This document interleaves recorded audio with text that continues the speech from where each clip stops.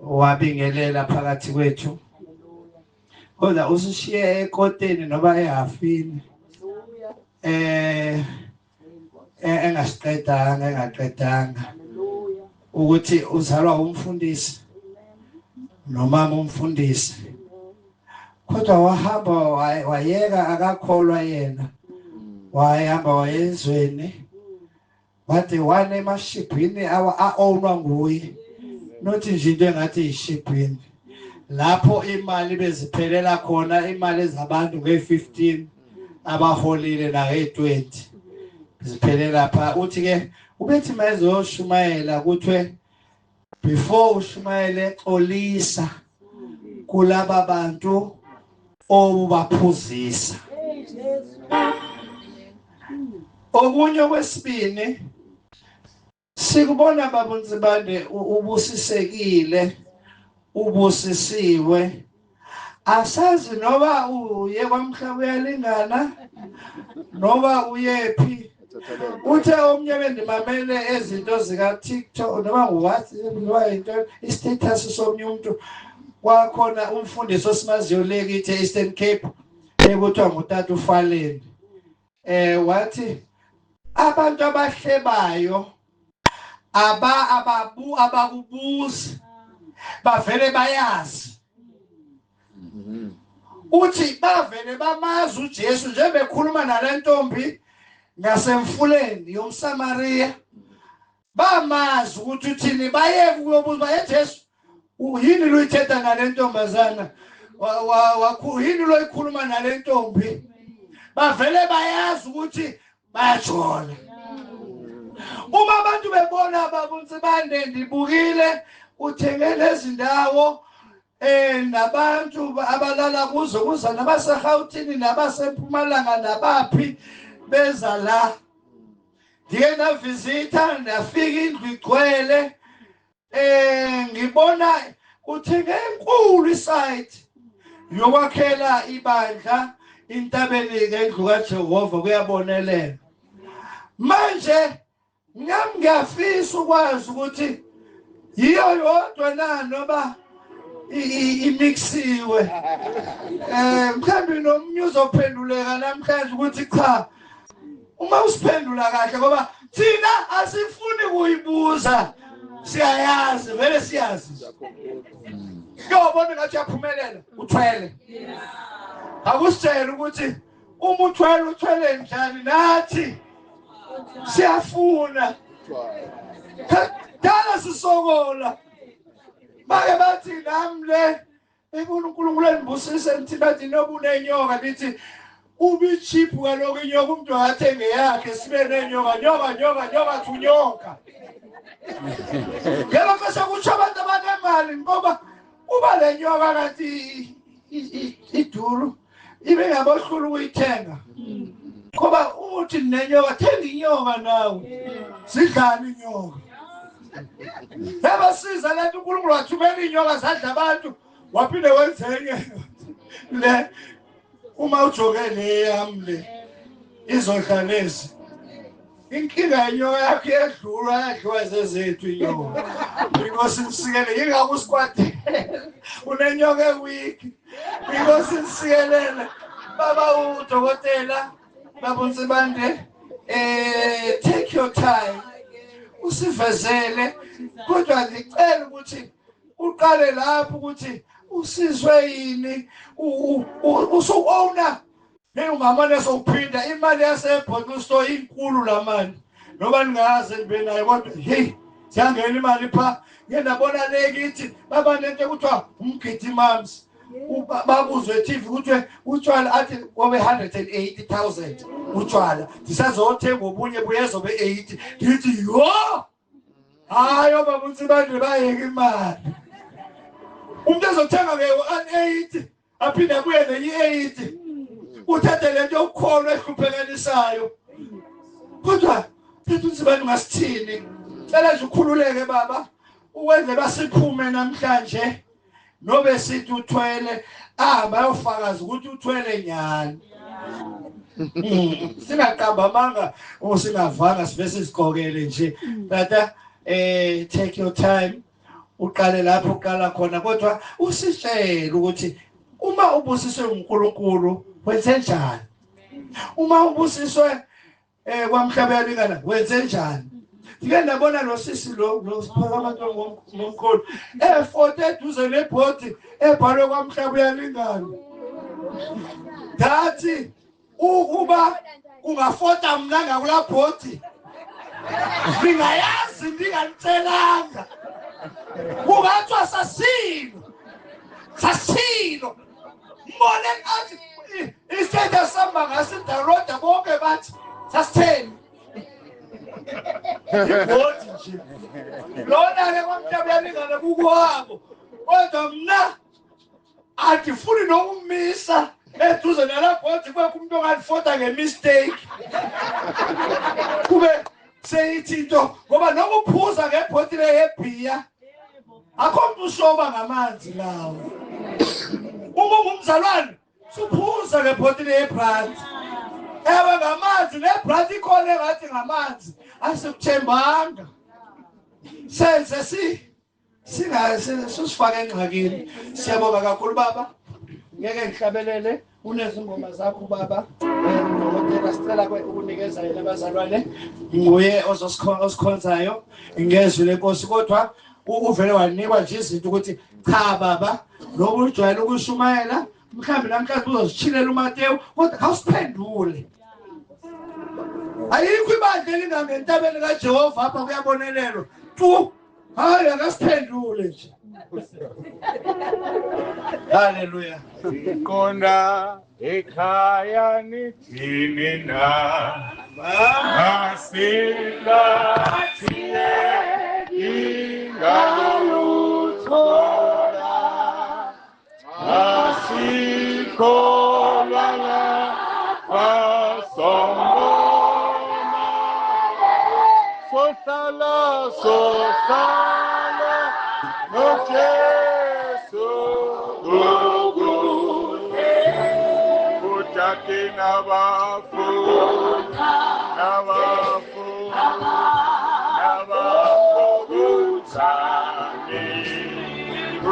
utane na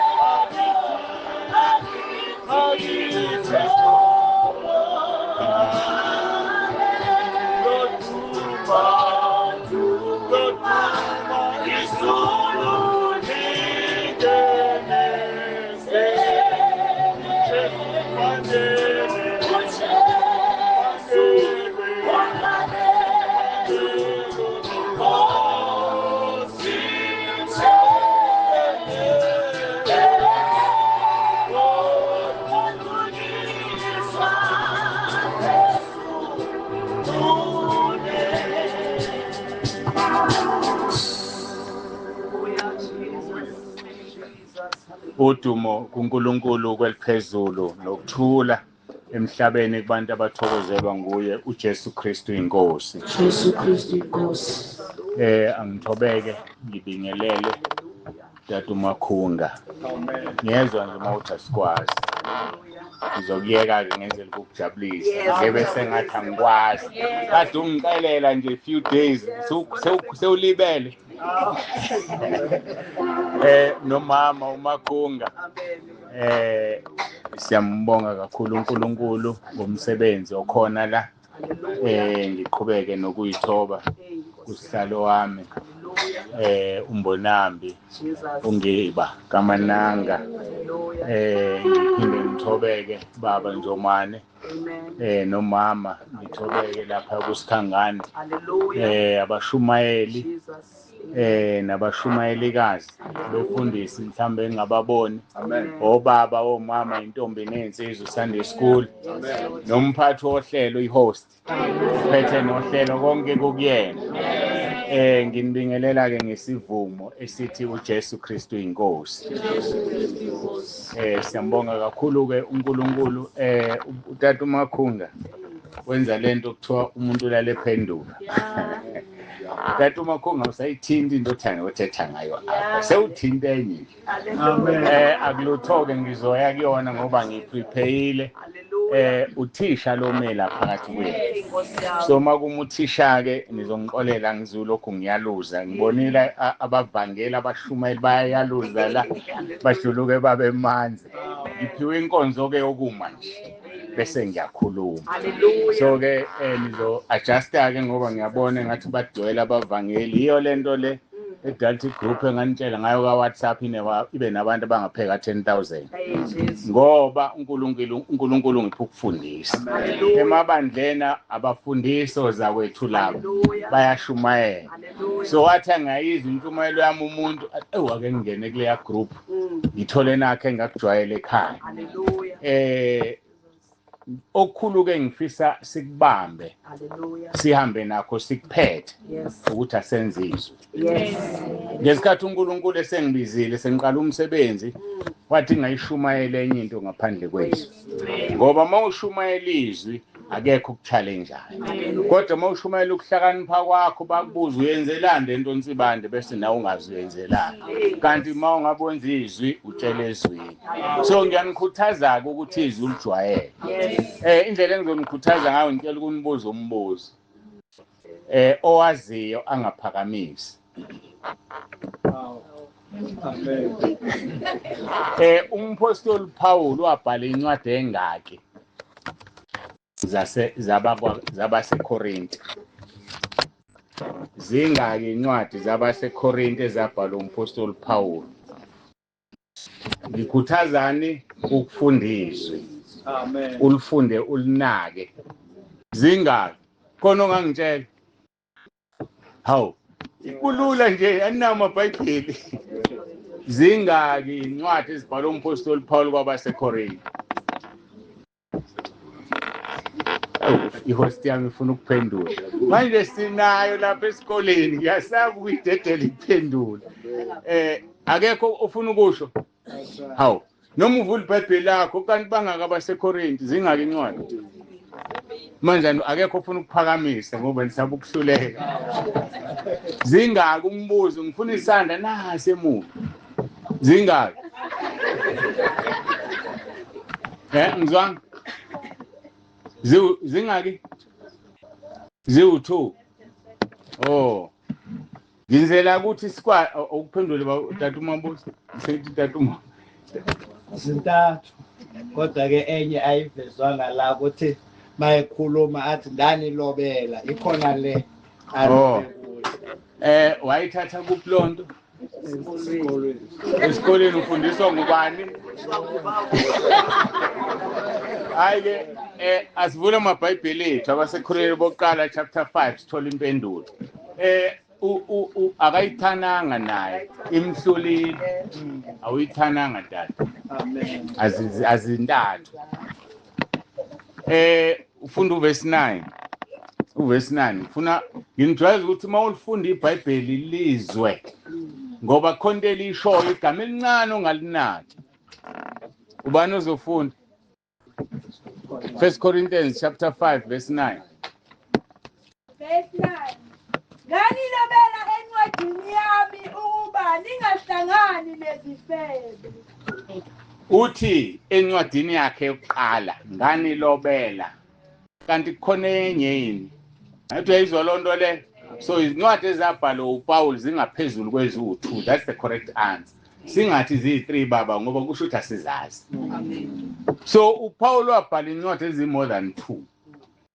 Yini ke leyo ukufunda ulinaka izwi ngoba igama elincane ongalibuka ungalinaki lingayishintsha impilo yakho. Sengidlulileke bengidlula nje ke sengizoqala la wathi ubaba Makhunga ngiqale khona ukuthi ngithwele ngathwala. Obani ababengekho Thangi ngifakazi. Abasukume ngibabona.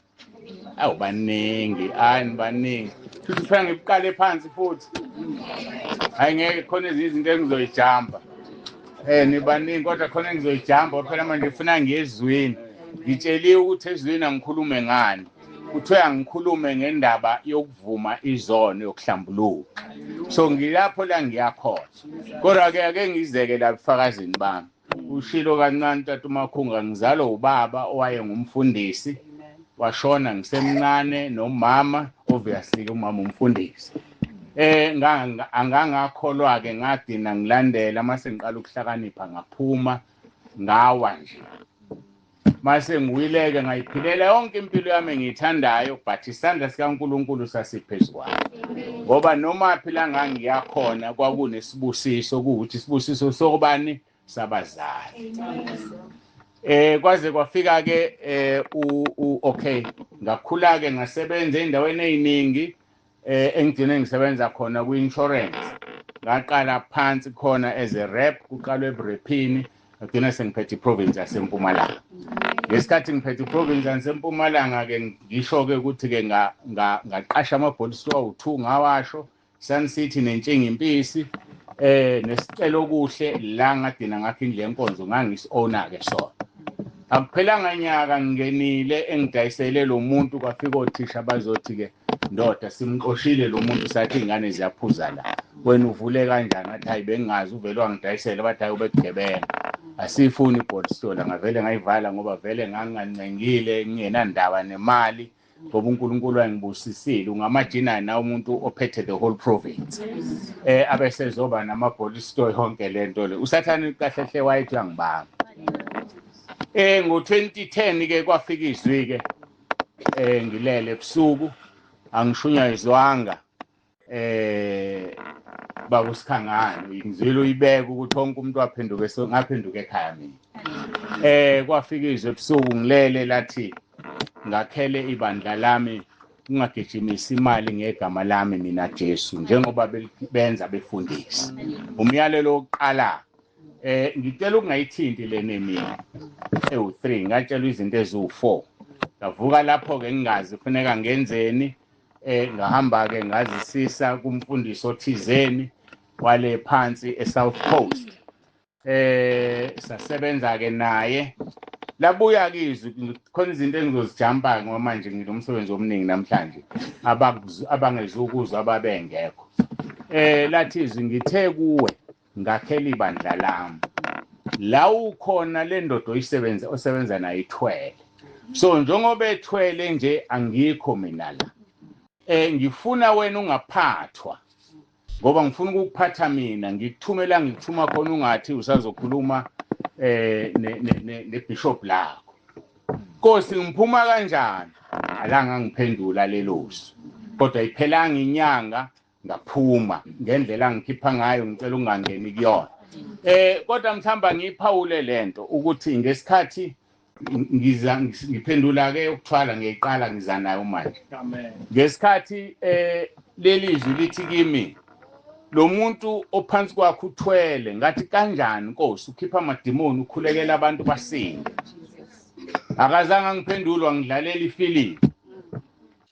Wayidlala le film engangikuyona sasisephasikeni lika 2012 le phansi egama lakhe kuleli phasika inendoda inetende elikhulu 5 poles hayi umncane kanje makuthiwa 2 poles ungashaya lapha emgwaqeni so 5 poles ngena inqwaba yabantu over 1000 yangithanda ke ngangisemuhle nje wangishela ukuthi inkosi yangibeka ngo2010 ngangena kuyona ngo2011 so 2012 it was hardly a year, no less than a year. kunomunye udokotela ke osesenkosini manje mhlawumbe uzomazi uDr Banzi wase Eastern Cape sasinaye ke ukuthi usasihloniphekile yena udokotela ngeyena mina ngaleso sikhathi yasibiza yasuma le ndoda yathi ubaba uNtsibanda uzokhulekela ushuthi wayema itende lime kanje istage sime ngapha ubude balo ubutho ubaba uNtsibanda uzokhulekela abantu aqale ngapha uDr Banzi aqale ngapha kuzolala iginqa ngiyangi-understand ke vele ngimusha abese ngibiza mayise ngibiza owaza baba Makhongo ngidemonstrate le uzosithambisa ngesandla sakho ngiqhawula sime kanje khona bezobona abazalwane maye engihawula uyasihlikihla but I was not aware ukuthi uyasihlikihla asihlikihle abese ke ngiyeka ngiqale ngikhulekela abantu kulala iginqa noBanzi ngapha kulala iginqa ngimbonanga yena embizi sengiyabuya ke ngiza kulombono uma ngithi inkosi lomntaka 12 ayidlale lento isislow manje akangiphendulanga uNkulunkulu mayidlala islow motion ngibona hawu ngikhumbula wangihlekihla isandla ngisibone ngibeka abantu bewa ngikhathale ngibeka ku left kanti abawo anginakanga ngaleso sikhathi babe ngawe ngo left babe ngo right ngiyazi ukuthi babe ngawe ngangithi ngikugigi kanti khona bangawi yilabo engibathinta ngesandla esingaxhawuliwe abawayo laba besandla esihlikihliwe wathi mangathi mangibona le video ngavele ngakhala ngathi awunkosi ngithethelele ngiyaxolisa wayesengiyeka ngazi ke lapho ukuthi ngisendodeni ethwele ngaphuma ke ngendlela ngikhipha ngayo nayo ngifuna ukungamoshi isikhathi mase ngiphumileke ngase ngibamba ke ifasting enganitshela ngayo ngabamba ifasting yami ka 14 days bese ngizodlula kuyona sithe sisakhonza ke basebethi abafundisi ke ababekhona mase walithatha lonke ibandla ngasala nabantu aba less than 10 basibe over 150 okwacaca ukuthi beze ngomuthi wabafonela ngasala nefamily yami nomfundisi oyedwa engakabe umfundisi ngithi nje ubaba oyedwa sasala yabo kwakunzima kubhlungu ngakuthandaza saqhubeka wase bengiqala abazalwane bethi manje igama lebandla lithini ayithi ungifundisile wathi wofunda ukubuza ubuzanga mangithi ngakhela ibandla lami ukuthi ulakhe kanjani wavela wazisisa kumfundisi ngabuza ke Nkosi igama lebandla ke ngathatha 3 days fasting kuthe ngosuku lwesithathu ngafonela omunye umzalwane eThekwini qagela ukuthi hlobo luni lomzalwane ibandla leli elingenagama abathi bawumzimba kaJesu uyena uzonginika igama akekho aware okungikuthi ngabe amagama ezulwini akuxatshenwe negama ngagcina sengibuyela kuyena ithi uyazi ukuthi lamavesi onginike wona uNkulunkulu benginika igama anginikeze ku-Isaiah chapter 2 verse 2 and 3 ukhona osheshayo silivule ngizodlula nje masinya ngifuna nilibone igama lebandla lisezwini Isaiah chapter 2 verse 2 and 3 no Micah 4 verse 1 and 2 lawo mavesi mawabheke omabili usunesikhathi ekhaya ngathi kwa copy paste ayafana nje exactly niyalithola nginoma ngiyifunele fast ke mina senitholile cela ufunde Isaiah chapter 2 verse 2 Isaiah chapter 2 verse 2 Uyakuthi ngezinsuku ezizayo intaba yendlu kaJehova iqiniswe esiqongweni sezintaba kwasekuphozwa ke kulungile kwasekuphozwa bese ngesikhathi ngathi mangiqala ngifunda ngithi kuyakuthi ngezinsuku kwanezwe elikhulu elitake over ngavele ngavala umlomo wami la ngifundela thema liqedala lathi nanto ke igama lebandla intaba yendlu kaJehova mawuthandako nga-add ukuthi kuyabonelelwa uGenesis 14 verse 22 laqhubeka ke laze ufika ku verse 3 ezivision yebandla lathiwa nanto ke igama lebandla olikhulekelayo njengoba ke ngiqhamuke entabeni yendlu kaJehova kuyabonelelwa lapha emkhayideni lakheka kanjalo ke igama ngaqhubeka ke ngisebenza ngisana la ama-body store ngani ngoba ngangithutha abazalwana anginayo imali angisasebenzi mhlambe ngiyeka enye iportion esemqoka yokuthi ngo-1996 ngipronyothe ngosebenza eMpumalanga no 2006 ngiyaxolisa 2006 ngiyosebenza eMpumalanga. Impilo engayiphila khona yayingeyinhle ngoba vele ngangakhola. So ke ngizoyibeka ngoba ngifuna abanye abantu basizakala. Ngangisho unkosikazi la ngikipitile ngale. Na unkosikazi ufuna ukuza ngivakashele ngibamba ngiyayeka. Ngoba nalo wesifazana akafuni ukusuka. Ngaqala lapho njalo mangilala ngithandaza ngenhliziyo ngithi Nkosi lempilo engiphilayo angifuni. Ngiyacela ungenza ibumba esandleni sakho. Ubumbe lento oyifunayo. 2006 2009 le ngicabanga ngayixoxa la ngathi bizwa khona inquiry kanti umsebenzi usubheke phansi. Sengibizwa ku-inquiry kuthiwa nondoda umsebenzi awusahambi kahle. Ngiphele inquiry bahamba ize ngaphuma isinqumo ngaleso sikhathi. Mase ngizama ukubuza Cape Town asiphethwe khona kwenzakani bese bethi bona hayi ndoda hayi uyaxoshwa. Hawu ngiyaxoshwa sengimdala mangingaka. Yini nithi yini option ukuthi hayi ngcono vele uresign ngaresigna. Kanti uNkulunkulu uphendula lo mkhuleko. Mina ngiboni. Ngibuye la ngangisebenza Metropolitan ngishone kwa-Old Mutual. Ngibe inyama kodwa ngingaqasheki. Uma ngithi angiqasheki bangiqashe kodwa kuqaleki. Sanlam naye ngase ngine-date kufanele ngiqale kodwa kuqaleki ngiyinyama nje ngoba ngiphuma ku-insurance bese ngiphezulu kakhulu. Kanti uNkulunkulu semsebenzini. Kuzothi-ke ngoku-2009 ke ngiyeka ngo-2010 ke ayike uNkulunkulu wayeseyikhulumela ke lokho esengikushilo. Ngibona ukuthi kusemqoka ngikusho lokho. So ngadila nawo ama-bottle store.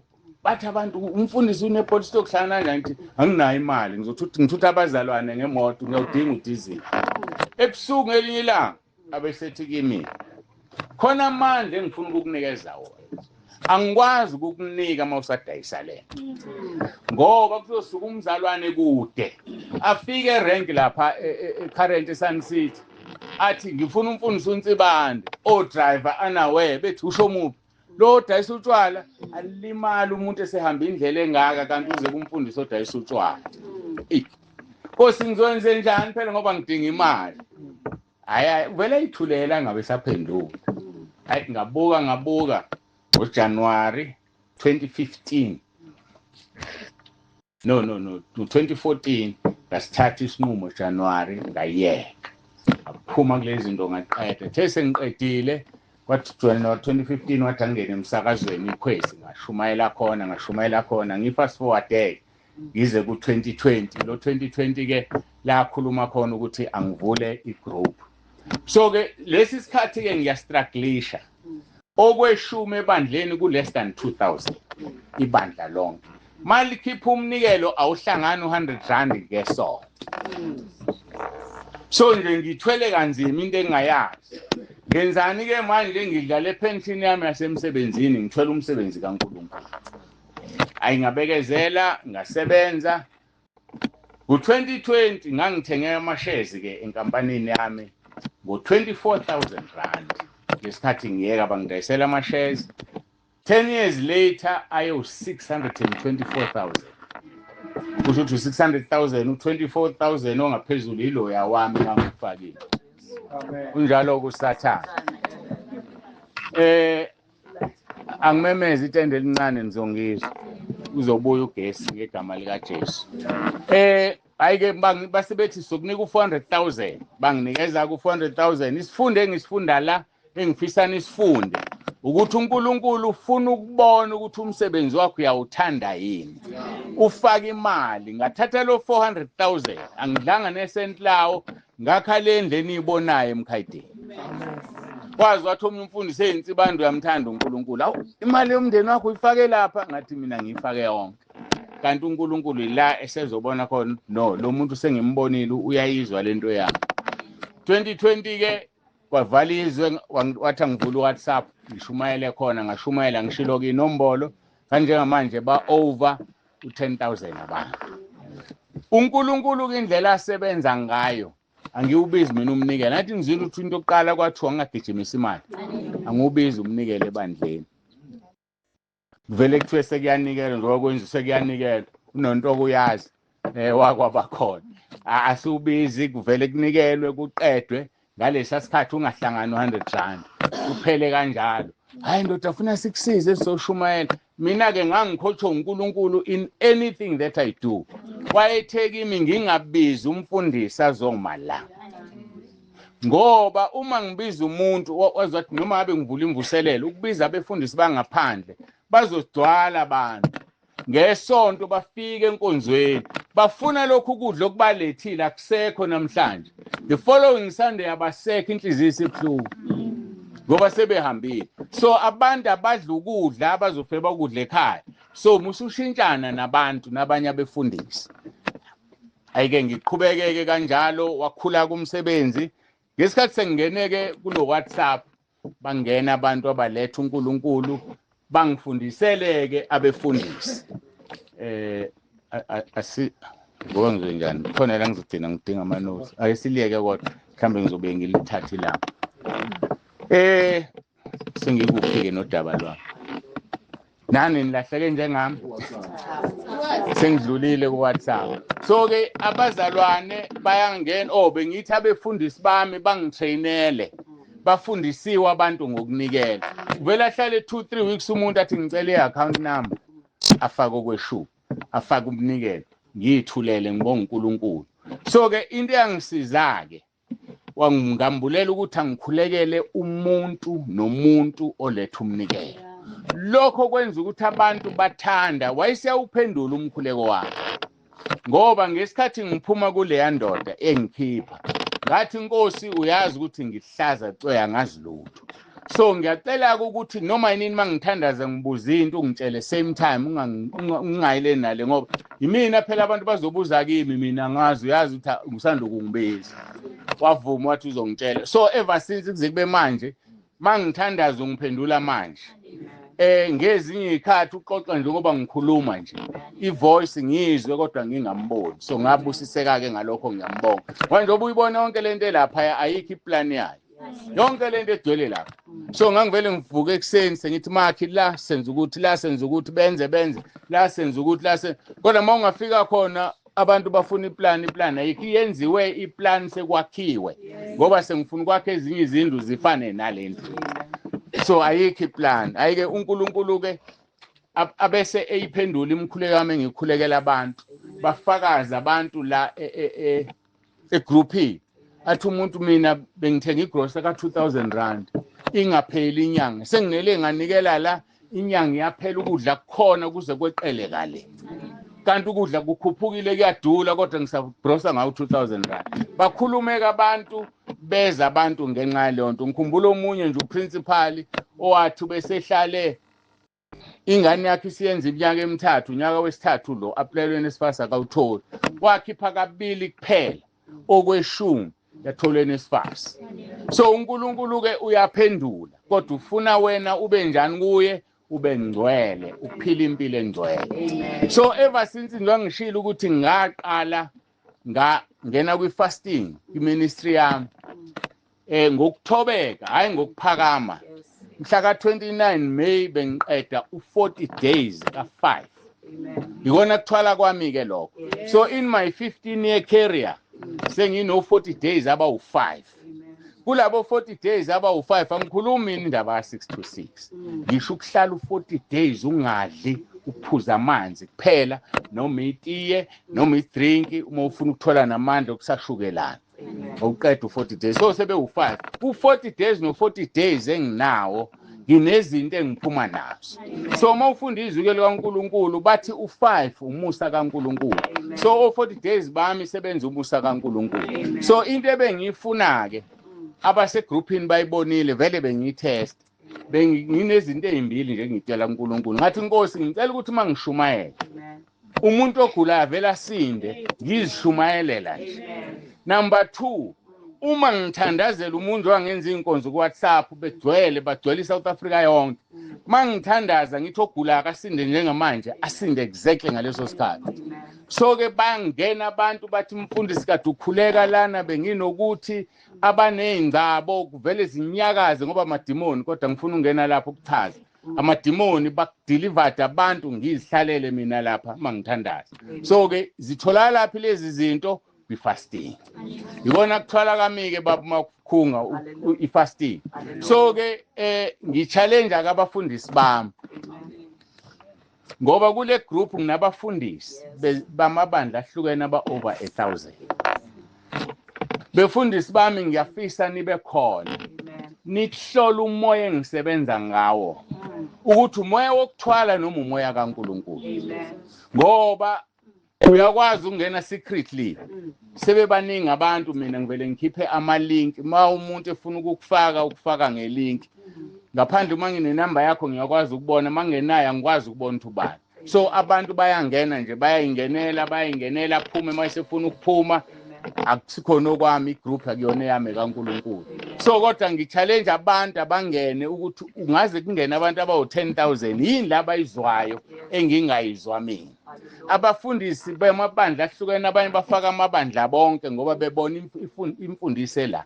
So mangishumayela ngisashumayeleli igama lasentabeni ngisakhulisa ibandla. Ngakhi ibandla elizohlwitha lezulwini. So anginandaba ukuthi ukhonza kuphi, angirecruit egroupini, khuluma izwi nje kuphela. uNkulunkulu awenza umsebenzi. So ilokho ke engikwenzayo kufuneka umuntu abe umuntu oziba ukudla. Abantu bakuthanda ukudla. Mawuzokhumbula uAdam bangena esonweni ngenxa yokudla. uEsau walahlekelwa ifa lobuzibulo ngenxa yokudla. So uma uhlukana nokudla uNkulunkulu uyasondela kuwena. So asibe nabantu abazila ukudla. Lapha ke groupini siyazila ukudla. Sinekhathi njengamanje nje kade sidonse u3 days wokubonga ukuthi inkonzo zikaJuly bese nazo sihambe ngendlela esimanga. So ngamajina ukuthi uma abantu ngiyazi abangeni bonke but a minimum of 5,000 mayikhuleka izwi linye wenzani uNkulunkulu ezulwini. So uyanyakaza. So ke uNkulunkulu kuyakhuluma ngathi thandazelani lokhu sikukhulekele kwenzeke. Njengoba ngakha nje senze nje siyathandaza. Yazi ngengimangala athe ngene ekseni umuntu egroupini ntambama sesend message ngicela ama banking details. Ushunyezwe ubani usezweni kwenzakalani ngoba si group ka WhatsApp ethandazayo. Okukhulu engikufundisa abantu lokho esesongena kukho ukuthi yini eyenza umkhuleko wakho ungaphenduli. Asiyeke ukugqilaza abefundisi. Ngifuna ukulibeka ngalelo gama. Ingane yakho iyahamba etheshari umfundisi ngicela ungikhulekele. Kanti lo uNkulunkulu kamfundisi noma wakho okabani kanti ngoba wethu. Bese ngizo highlight enye into. Ngizongixolela befundisa amagama engizowakhuluma mhlamba angehle kahle kunina kodwa ngizama ukuphakamisa abazalwane imphefumulo. Uma ufuyiwe ekhaya unenkomo noma unezimbuzi. Ubani omkhulu umelusi omqashile nalezi inkomo zakho? Ubani omkhulu? Hayi ku wrong. Inkomo esemqoka noma ngimfake ebholeni ubani othe uthanda ibhola? Chiefs ingenzi kahle. uKaizer Motaung uxosha ucoach nomxosha abadlali. Injalo ke lento. So thina befundisi asilutho ngokwasezulwini. Inini enuwutho. Asiyeke ukuthatha befundisi sibabeke la. Fundani ukuziyela kuNkulunkulu ngoba wethu. Hayi phatha mfundisi ukuthi mfundisi that mfundisi ukuthi ungumalusi fine lize lithi iBhayibheli 1 Peter chapter 5. Yibani isibonelo emabandleni. So uma umfundisi eyisibonelo kusho ukuthini uyimvu naye kanye nezimvu. Ngoba njengoba ngiyimi nje mangelusa inkomo angikwazi ukuba iexample lenkomeni. Ngoba ngumuntu inkomo iyinkomo. Uma ngiye toilet ngifuna indawo evalekile inkomo uyayivela idedelele. So ngamanye amagama uma lithizwe thina befundisi sibe izibonelo. Kusho ukuthi sizimvu kanye nani. Sithole lo musa wokunihola. But siyazinza uNkulunkulu wethu sonke. Funda ukuziyela kuNkulunkulu. Ilonto esemqoka ke groupini engifundisa abantu. And ke bayafunda njengoba ngibona nje ngiyarecorda la ngizoba phosela lenkonzo ngoba bayazithanda benjalo nje. Asidluleke. Ngicabanga ukuthi ukuthwala sengiaddressing. Sekuzwakela ukuthi yini engiyenzayo ngayi ukufasta nje yona into yami nokuthi ke every week ngithatha 3 days or 2 days every week. Isizathu salokho ukuthi ngiyahamba. So mangihamba ngithola ama challenges amaningi. Usathane uyamlindela umfundisi. Usathane uhloma ngendlela eziningi. Kungeza umuntu ezokhulekelwa kanti uzokushaya. Okay, mhlamba ngithi into le ngoba izobasiza abefundisi. Ngesikhathi ngisanda ukuqala njalo kwakuyingane yala eShobeheni. Ifika lapha ukuthi mase kuzoshumayela ivele ikhala ihayiza ivuko idemoni. Ngoyikhulekela kuphele 30 minutes mase ngiyoshumayela isikhathi asisekho. Ngingakunaki kakhulu ngoba ngingisaqala. Ngabizwa egama lakhe ngayoshumayela khona. Egama lakhe yabuya lento kwanengane liyehla enyuka la iguli isikhala ihayiza. Basukuma bathi ngegama likaJesu ngegama likaJesu. Kwakuzoshumayela mina ngayihlalela ngathula. Yabe ngizokuqolisa ukube uthi yabehlula. Ngasukuma ke ngaya nami. Ngafe ngayikhulekela lathamba idemoni ngizothi lathamba ngoba ngakufunda late. Mase ngiqala ngithi ngiyashumayela 5 minutes izilihambile. 5 minutes nalawo engihlupha yala eShobeni 5 minutes izilihambile. Ayi ngaphuma ngibuye egama lakhe ngathandaza ngapungena fasting. Nkosi kudalwa yini ngishelwe yizwi na? Ovela wathi vula uMarko 16 verse 17. Cela ungifundele. Awuvela waphendula lokho nje wathi vula uMarko 16 verse 17. So ngiyethemba ke abefundisi sizokhula kulento ngoba ngithola ukuthi silimele kakhulu kuyona. Funda ke ngane. Sekwenzekeni. Lezi zibonakaliso ziyakubalandela abakholwayo. Ngegama lami bayakukhipha amadimoni. Ngani? Qhubeka. Bashumayele ngezilimi ezintsha. 18. Baphathe izinyoka. Uma bephuza okubulalayo akusoze kwabanangozi. Bayakubeka izandla phezu kwabagulayo. Bebenze njani abagulayo? Lungile ke hlala ngane yami. Khona umahluko la. Umuntu onedimoni akabekwe isandla. Mawumbeka isandla liyakushala ingene ngawe bese kushizile kansibani. Ngazele nginike uNkulunkulu. Ngegama lami bayokhipha amadimoni. Idimoni uyalikhuza usibeke isandla. Ogulayo umbeka isandla. A simple thing like that. Mama kungakhala umuntu la uzobona abefundisi bembeka izandla ngegama likaJesu kanti kushaywa wena. Wangifundisa lapho ke ngakufunda ke lokho ukuthi demon umuntu onedemon nje akabekwe isandla. Uliyalitshela ngomlomo lilalele liphume lihambe. So ke mina wayengishaya uSathane ngoba njalo manje kwahayiza lengane angisakwazi ukushumela izwi labaleka. Angidluleke lapho. Izinto eziningi uNkulunkulu ungifundisile zona njengoba ngishilo ngahamba ngisemusha kakhulu ngawa angazi lutho indlela engikhonza ngayo ebandleni ayifani neyamuntu ngoba ngazi nikhonza kanjani. So ke yile engihola uNkulunkulu kuyona.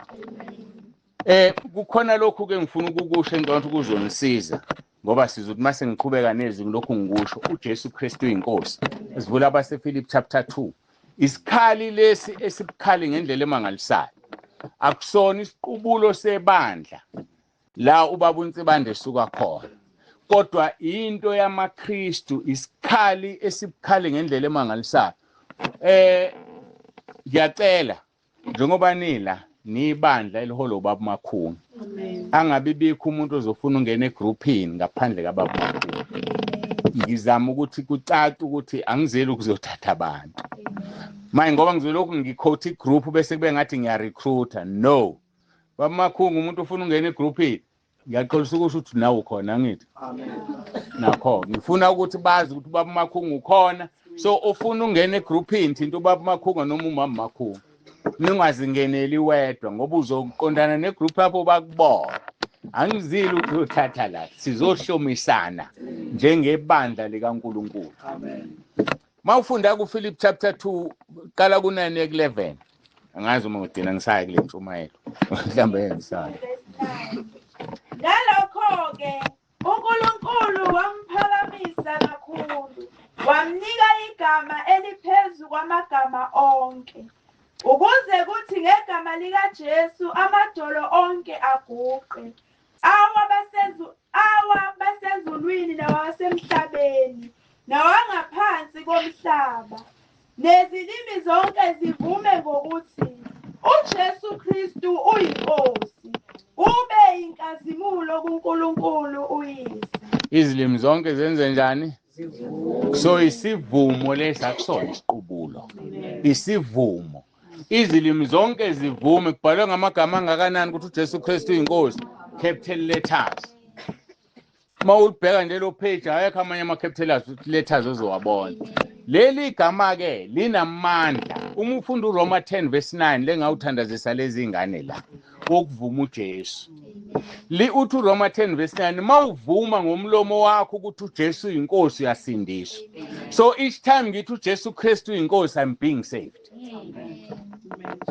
So leyo nto bekungakuthi isetshenziswe yinoma imuphi umKristu akusona isivumo sebandla. Ngoba uzophuma la ushayiswe imoto ufe, kade uvuma uJesu la endlini uzongena ezulwini ugijima. Ngoba lithi izwi ovuma ngomlomo wakho ukuthi uJesu uyinkosi uyasindiswa. Abese kholo ukuthi uNkulunkulu wavusa uJesu kuba ukulunga, and that is complete salvation. So ke leyo nto ke egroupini bayayisebenzisa, omunye ubefakaza kuvuka ingane isibanda. Wavele wathi phezulu uJesu Kristu uyinkosi sisho kathathu. Okokuqala sisho uNkulunkulu Baba, uNkulunkulu Indodana, uNkulunkulu Moya Ngcwele. Washo 3 times, ingane yavula amehlo yabheka.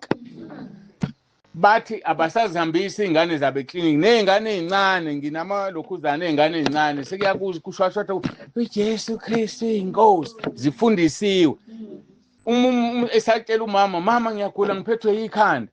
Athi umama ngithi uyazi fanele uthini? Ivele ibeke isandla ingane ithi uJesu Kristu uyinkosi 3 times liphele manje ayikusasa. So ikhambi lele belifihlakele esilambulelwe, kodwa engilidedelela noma ubani ukuthi angikholwa ke uma ufunda abaseKorinte bokuqala uchapter 12 ufunda uverse ngithi 3 lithi akekho umuntu ongathi uJesu uyinkosi engasho ngomoya ongcwele. So uma ngithwele angikwazi ukuthi ngithi uJesu Kristu uyinkosi, kusho abangathwele. Mawethwele umuntu akakwazi, kulula ukumbamba. Senginika ithiphu, umuntu uma emaphambi kwakhe eshumayela azayiqeda intshumayelo igama likaJesu engaliphathanga, i-devil worship leyo.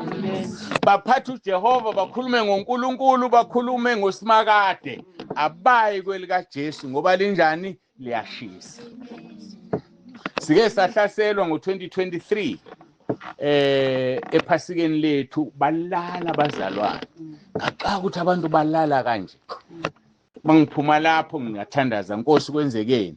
Bathe ngani wena isikhali engakunikeza sona usebenzise. Wathi kufanele each and every time, angithi nijwayele senze njani thina befundisi?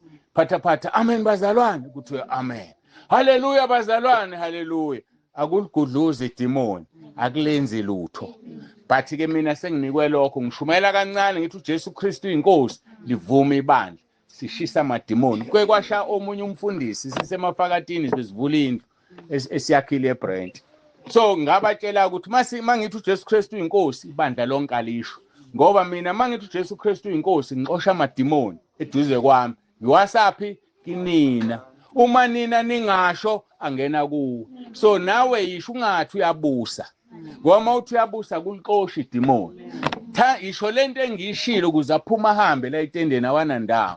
Ubusa ugada ukuthi oseduze kwakho uyasho ukuthi uJesu Kristu uyinkosi. Ngoba i-devil worship angeke isho. So uzoyibamba lapho uthi lo muntu engihlezi naye yini angasho kuthiwa uJesu Kristu uyinkosi. Kuthiwa ke wathula lo mfundisi, wabuka kabi lo seduze, uthi ngambuka lo, nami ngasho kakhulu uJesu Kristu uyinkosi, wanqapha usukuma waphuma. So sinama devil worship, i-devil worship usathana kanamahloni. Ma umfundisi engabanga strong uyambamba umfundisi, ambamba umzalwane.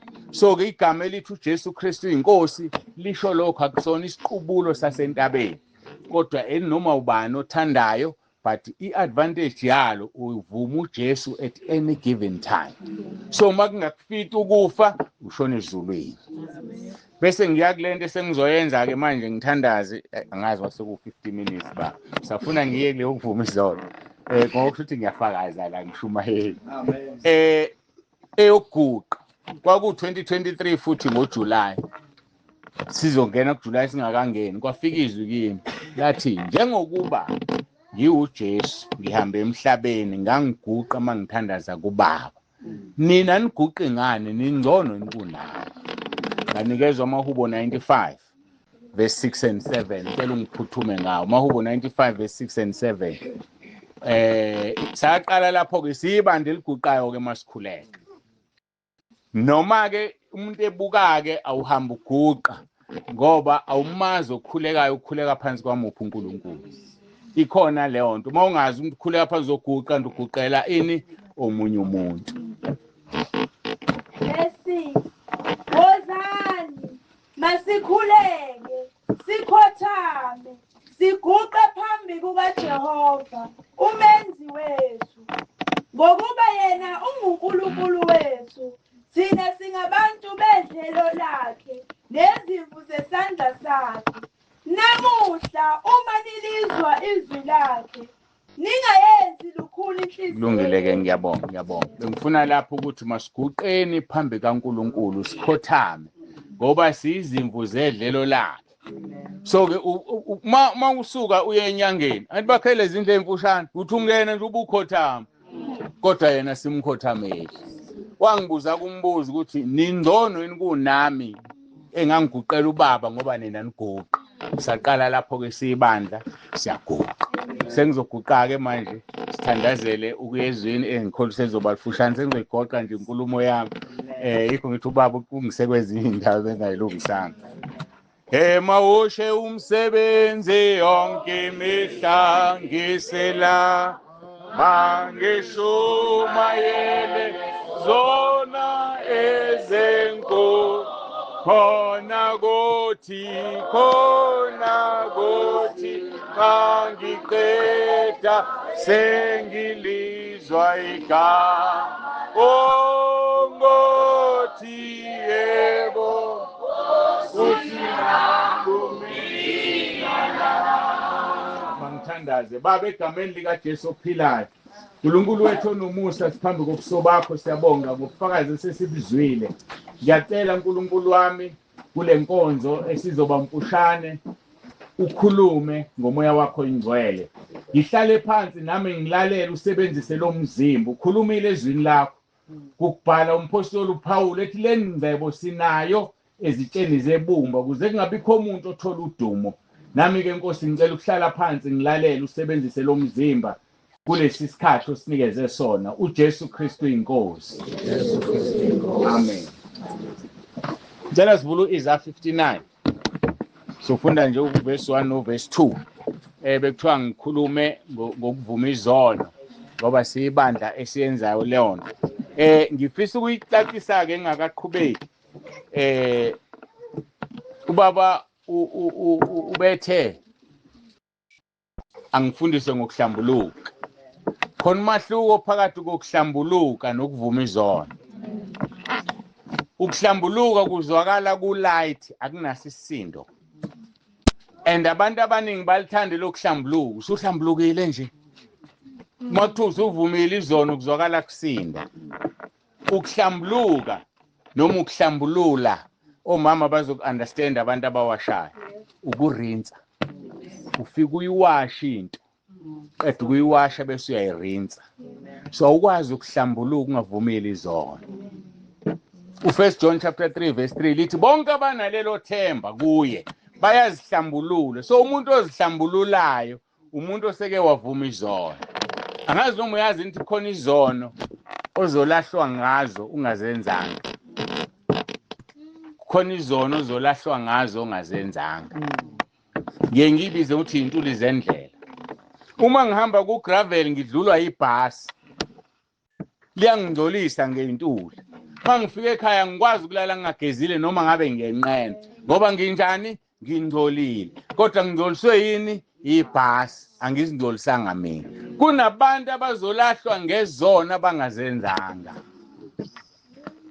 ake ngithi ungene eTaxini uye 14 bese uhlezi lapha emva ka driver bese kuthukana abantu la emuva bebizane phansi kweziketi zabazali babo bese uthi wena salo muntu kube yimina ngabe sengimshayile usuwonile ungazange umshaye ngoba kwelikamoya uswenzeni umshayile so izono esizenza ngokuzwa bese uthatha isinqumo nezono zenza ngokubuka bese uthatha isinqumo uyafika ekhaya uxoxa indaba ongenaqiniso layo ubone kwenzeka ngibona abantu belwa bebanga intombi kanti mhlawumbe bebengabanga intombi so kunezono ongazi ukuthi uzenzile uRoma 10:9 okuvuma uJesu uklina leyo nto so ingakho ke mina ngijwayele mase liphuma inkonzo ebandleni siguqa sonke sibashe emva kwami uRoma 10:9 ngoba ngifuna bahambe bengcwelisekile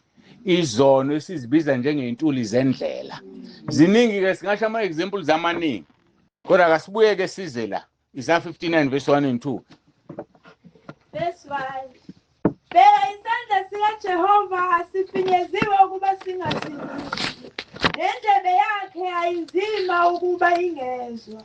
Kepha ububi benu bunehlukanisile noNkulunkulu. Nezono zenu zibusisile ubuso bakhe kini ukuba angezwa. Nansi ke indaba enza ukuthi kufanele sivume izono.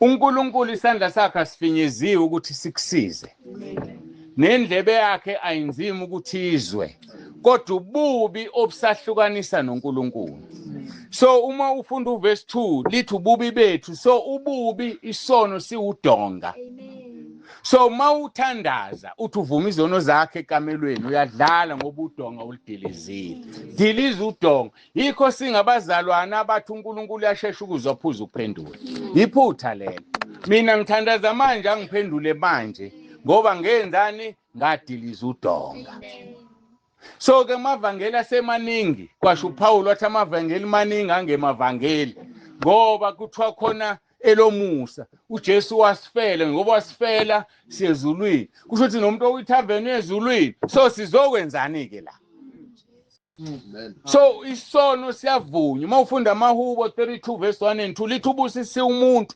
osiphambeko sakhe sithethelele awukwazi ukuthethelela ungaxolisile ayiqhamuki intethelela ungacelanga uqobo so ke uSathane washayila amabandla kakhulu ngale nkonzo yokuvuma izono now inkinga ke ila ufike kumfundisi olidilizile udonga ngithandazele umfundisi nginenkinga enje kanje athandaze ungasizakali ingoba lithi isandla sikaJehova sifinyeziwe uzongizwa mina akakwazi ukukusiza wena ngoba uzibiyele ngodonga lwezono diliza udonga and ngesikhathi usulidilizile sekusiza wena usuyela uNkulunkulu awusamhlupha umfundisi ngoba uqonda ngqo awukwazi ukuqonda ngqo kufanele uvaye kumuntu odiliza udonga akuthandazele udiliza udonga kuqala mawusulidilizileke wayesenexoxela noNkulunkulu ayisekho into oyicela angakunikeza yona umfundisi usekhona ngoba sidinga ukweluswa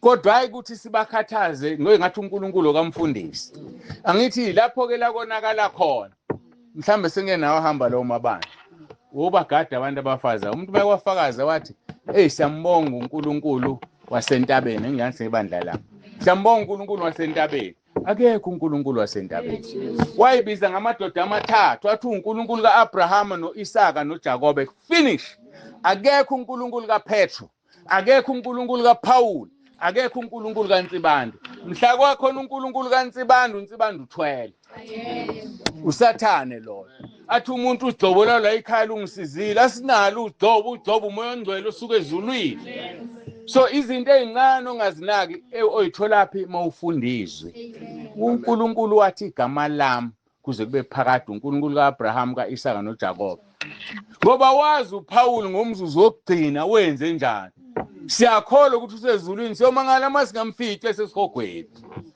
njengoba kwenzeka kubantu abaningi ngangabona omunye umama wayekholwa emthanda uNkulunkulu admithiwe esibhedlela mase siyafika sombone nampa abakubo bamphuzisa umuthi and alishonanga lelo langa wafa mawucabanga ukuphi usezulwini akakwazi ezulwini so impilo yakhe yonke wayispoiled ngomzuzu wokugcina so manje asikwazi ukuthi sithi uNkulunkulu kaPetro ngoba sazi uPetro wazi indlani before kuphuma umphefumulo uzokhuleka uNkulunkulu kaPetro kanti ulanda amadimoni so funda izwi wenza okusezwini ungathi uNkulunkulu kamakhunga ngoba uyena ejozaziyo ngaphakathi ukuthi unjani ukhonza abantu yebo uJesu uthe sobabona ngethelo zawo but asilenzi izwi akekho uNkulunkulu kaNtsibane akekho uNkulunkulu kaPaul sishumayela ngaye sikhuluma incwadi zakhe nje akekho kungoka Abraham Isaka noJakob uthi igama lami kuze kube phakathi or umbize ngokuthi uSimakade noma uNkulunkulu noma ke uJesu nombani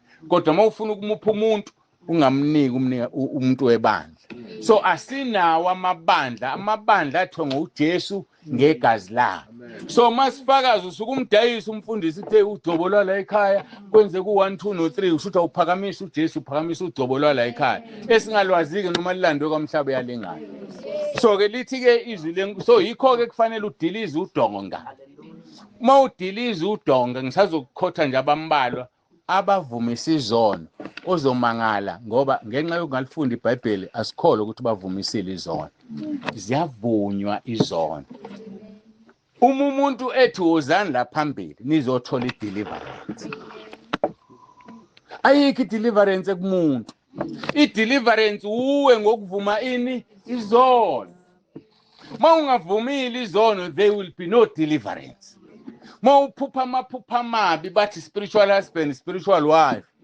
uma usulinaka kahle iphupho lakho ilento oyenzile kubuya yona vuma leso sono you will be free ake ngikhulume ngalaba bulala ingane ngizama ukuhighlight indaba yezolo uNkulunkulu ungithene kakhulu ngendaba yezolo obani phakathi kwabesisa nabesifazana ababulala ingane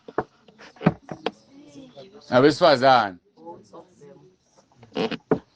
abantu besilisa ababulala ingane uma sifunda lapho ngizozama ukukhuluma kunengane ezincane noma zingeziningi ukuthi ngikhulume zingezwa kangako uma ufunda lapho kwibiology kuthiwa umuntu wesilisa unamaqanda amaningi ngesikhathi yakhe yankonzo kubalwa ama-millions now umuntu wesifazane mayebulala ingane wenze abortion ngengane yodwa noma ngamawele usuke ngazi mawufunda uGenesis 38 qala kuverse 6 lithi izwi lenkosi kwakukhona uJuda enamadodana amathathu indodana yokuqala wayibulala uNkulunkulu ashiwe isono ubaba wayesethi endodaneni yesibili ngena kumkamfowenu umnika inzalo to understand that ufuneka sazi ukuthi abantwana bakwaIsrayeli indlalifa yayingashintshi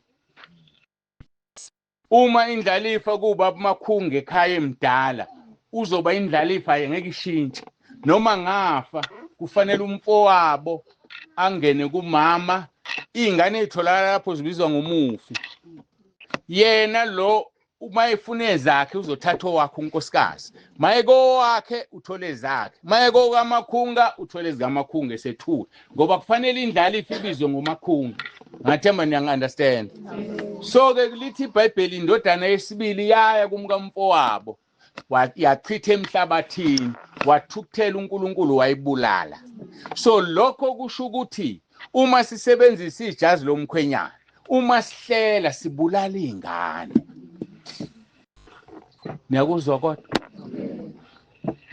zenzani lezi ingane njengoba ngithi uNkulunkulu ungitrainile ngisizwa ngine advantage yalokho ukuthi wangibiza ngevoice ukhuluma nami ngevoice ngisho namanje usakhuluma ngiyambonga ngoba akakangishiyi zenzani lezi ingane imshadi idilika nje ilezi ingane azikho esihogweni azikho ezulwini zila emkhathini isetshenziswa uSathane ingane zizenza zisebenzisa ama drugs ilezi ingane kanjani ke kanje ake ngikhulume ngami manje ngiyekulinganisa ngabantu akithi nangu ubaba uNtsibande seyinsizwa mhlambe sithi wadlule intombini eziwu20 ngoba phela vele sibanga amasoko kulezi intombi eziwu20 mhlambe iyodwa ingane yatholakala zonke lezi ezinye bekusetshenziswa ijazi.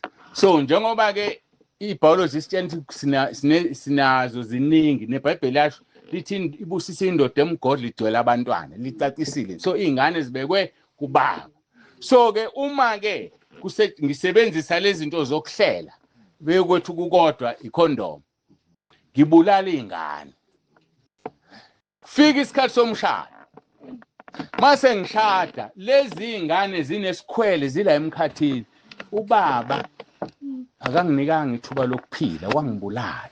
Wangichitha ethawuleni. Enomama uLindile. Ithenye enomama uSibanibani. Sezihlanganile zombili they are ganging against lo mshado. Nomama naye udlule kubafana ababili abathathu. Wenza same thing unequlo lakhe naye angena nale mshadweni. Sezihlangene lezi izingane bese kuthiwa abantu baneshwa. Kuthiwa wakhuluma ugogo wathi nesiqalekiso akho siqalekiso la. Lezi izingane ubuhamba uyibulala. Lezi izingane azikho ezulwini ngeke zingene ezulwini. Mawuvula abaseKorinte bokuqala chapter 7 verse 14 lithi izwi lenkosi indoda engakholwa ingcwelisiwe ngomfazi okholwayo. Bese lithi umfazi ongakholwa ungcwelisiwe ngomzalwane lisho indoda. Bese lithi kungenjalo izingane zenu ngabe zingcolile. Leyo nto isho ukuthini? Isho ukuthi uma ikhaphule ekholwayo izala umntwana ethena one day efe ngokukholwa kwabazali uyezulwini lomntwana. Ikhaphule engakholwa mayithola umntwana abese efa uyesihogweni ngoba bakholwa. Now lezi izingane ke zokuhlela zenziwe vele kuphingwa kuhlobongwa. Azile ezulwini zila emkhathini.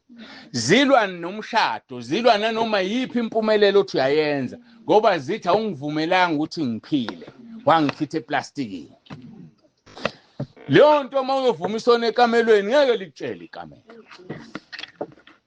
Sibalekela inkonzo yokuvuma isono komunye nomunye kanti uNkulunkulu nabantu bakhe abajobile. Mina nje wanginikeza amandla wathi umuntu efike ezovuma isono sokuhlela.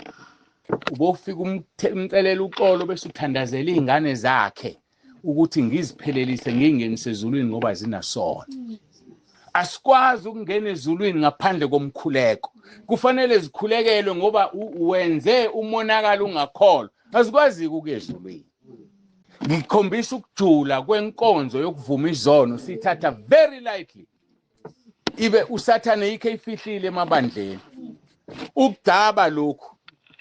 IBhayibheli Leviticus 17 verse 11 and 14 lithi umphefumulo wento ephilayo uhlala egazini.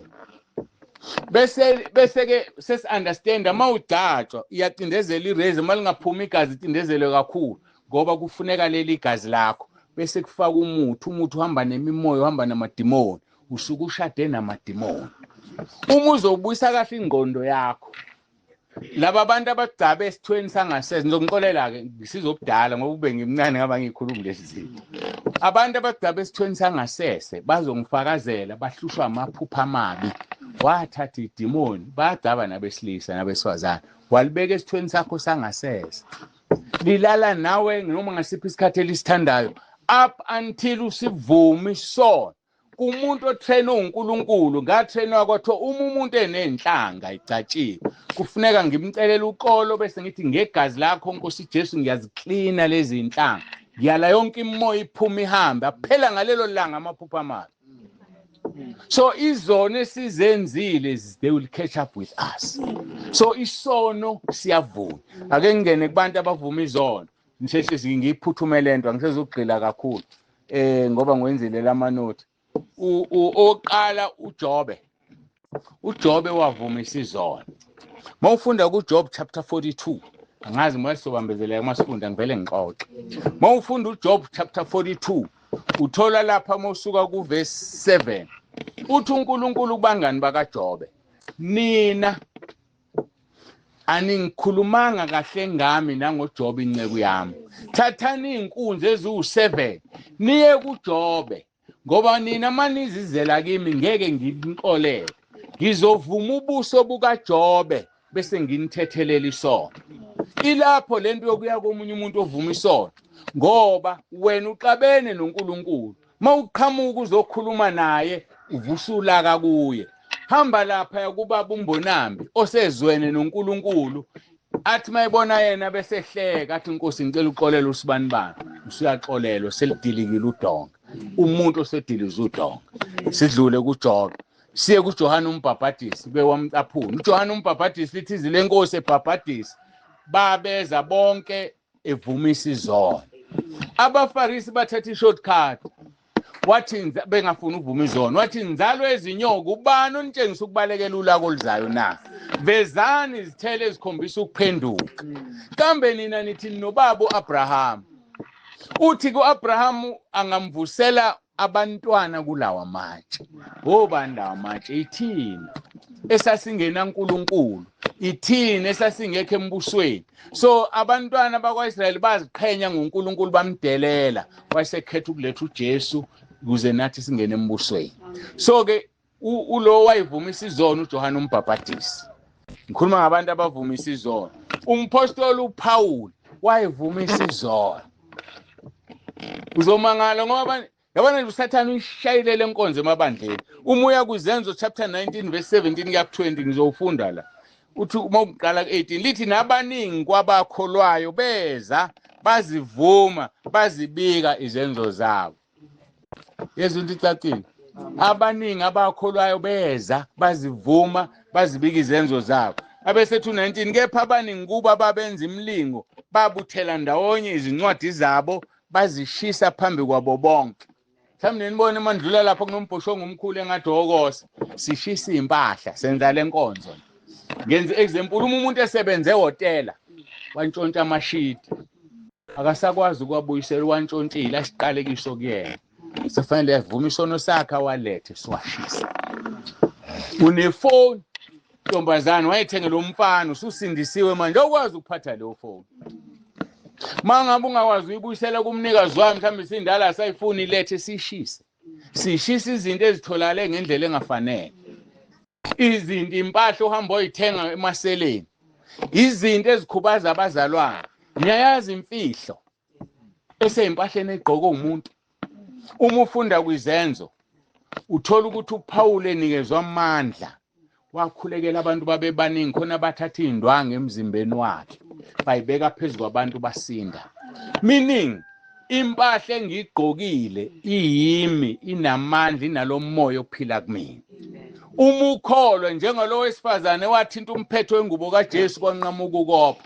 namanje kusenzeka lapha nje bandleni bangithanda kabi kungikhawula sengaze ngathamba ngaqhawula nje ngaqhawula ukhamuntu esefakaza athi kade ngikhulu kanti nje manje ngaqhawula umpostoli basinde akufanele kodwa mina ngithini uzani ngizongikhawula ngizosinda nibambele fika senzizwi sibeka izandla kwabagulayo basinde so sekukhona abafundisi abashaya abantu ngamathawulo ngoba kuPaul bathatha amathawulo akhe abantu basinde akufanele kusuke kimi njengomfundisi ngisebenzisa okunye izwi lithi angibeka isandla kodwa wena mawukholwa ungayidlulisa nje lana ngathi uzophuza amanzi ufike ulibambe ithawulo ulidedele kanti usengqondweni yakho uvela usinde akufanele kube yimini ngini-encourage likewise okay ngingakafiki lapho uPetro naye kuthiwa abantu babeka abantu emacansini bebaningi abakhulekelayo bagada ukuthi ilanga mali ngaphi isithunzi sakhe singapha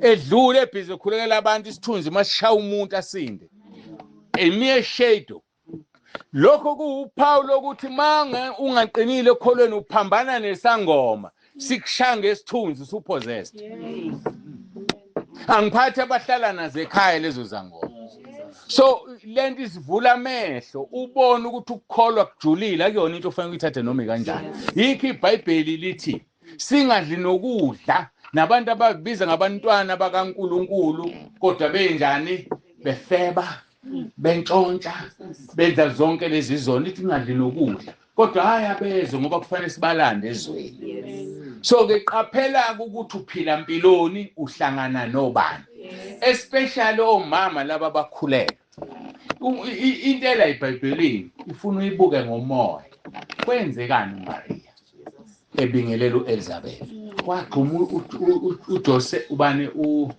uJohane umbhabhadisi esiswini ekhulele. Kukhona abantu abahamba inyanga bepregnant kanti usedayise ngengane emademonini. Kukhona abantu abaphuza ihlambezo. Uphuza umuthi usudayise ngengane, niyayazi lento engizoyisho. Kwenzeka omunye asikwe afike esibhedlela afi ingane isinde. Kanti ubulawa ingane initiate uSathane. uSathane uyacommunicate nalezi ingane. Mawuyifaka uphuza isihlambezo, isona okufanele uzivume. And lezo ngane ezamiselwa ziphasa esikoleni. Yizo lezi ezingayitholi imisebenzi. So yikho kufanele yenziwe inkonzo yokubusiswa abantwana. Ngiyayenza abafundisi siyenze. Ngoba ngesathi ubusisa umntwana uqalekisa imoya aphume nayo kunina. Ijulile indaba okuvuma izono. But you can only know those things once you confess your sins. Ileli indaba iningi emuveni lethu njengabantu abamnyama. Ngize ngithi isono sabantu abamnyama ukugcaba ngoba ngaze ngibabona belungu begcabile. So ke umpostoli Paul ke wavumisa izono. Sesidlulileke kuyena senemzweli. Omunye wavumisa izono uJakobe. Mawufunda uChapter 5 uthi umkhuleko wokholwa kumsindisa ogulayo inkosi imvuse noma enzile izono uza kuthethelelwa zona. Ngakho vumani izono omunye komunye nikhulekelana ukuba niphulukise. Umkhuleko oqinileyo olungileyo unamandla. Bese nilahla la. Bavele badonsana omama ababili. Avuma omunye athandaze bese hayi nama ngivumeke futhi. Lo kusho ukuthi lo oqala ovumile umkhuleko wakhe awuyanga ndawo. Ngoba usethi naye ufuna ukuvuma futhi nidlala amagende. Awuvumi isono kunoma ubani. Uya kumuntu olidilizile udonga azothi uNkulunkulu mayembheka bese kuxolela wena. Awuyi kunoma kubani. Into ejulile lenkonzo le. Abanye bayithatha ngobuso uthi ke ngilinganiswe ngenye into practical. Ngoba kufanele ufe maqondana nesono. Nangu umuntu wesifazane uvuma isono sokulala kumfundiso indoda ibisiyavuka imizwa. Maye yavuka imizwa usithathele isono sesikuwena. Inkonzo ejulile ongafanele uyele ngobuso. Noma kuze umuntu wesilisa kuwo ngumama akhuluma izinto azenzile nomunye wesifazane kuvuka inyama ususidlile leso sono. Wangifundisa uNkulunkulu angisaphatha abashumayela ngezono epulpit. Makwashumayela ngesono somuntu epulpit ngadonswa ngendlela bathi uNkulunkulu ngomthethelela yena uze kuwe ekholwa kodwa isono sesokuba kuwena. Ngokubona befundisi abenze lenkonzo ngendlela errong bayadlwengula umfundisi usenza ukuthi umfundisi senza ukuthi naye wayeumuntu umfundisi ekhonza uNkulunkulu ehamba kahle kodwa wayithatha ngesinxele inkonzo ukuvumisa izono kanti yena akazivumile. Kufuneka akekho ongcweliswa automatically. Kufanele sonke sidlule kuyona. Ngitshela isimanga mina ngithe sengiphumile kulumfundisi ngingedwa. Kunomunye umama wayekhona ebandleni umuntu owayemdala ekholweni. Ngaya nje kuyena saxoxa. Wasethi wenze kahle wafika kwamsibanda uNkulunkulu ukhulumile kimi wathi angitshela ukuthi zingcwelise. Kwakunemvuselelo engihlelile. Lemvuselelo ihlelile ayibiziwe wena yahlelwe wena emaphakadeni. Angithi mina ngazi lutho. Ngithi mina yini ukuzingcwelisa. Bashalaza mbone bathi angazi baba. Kwasekukhuluma izwi lathi ukuvuma izono. Ngase ngithi ngingayivuma izono zami ku wathi yebo baba.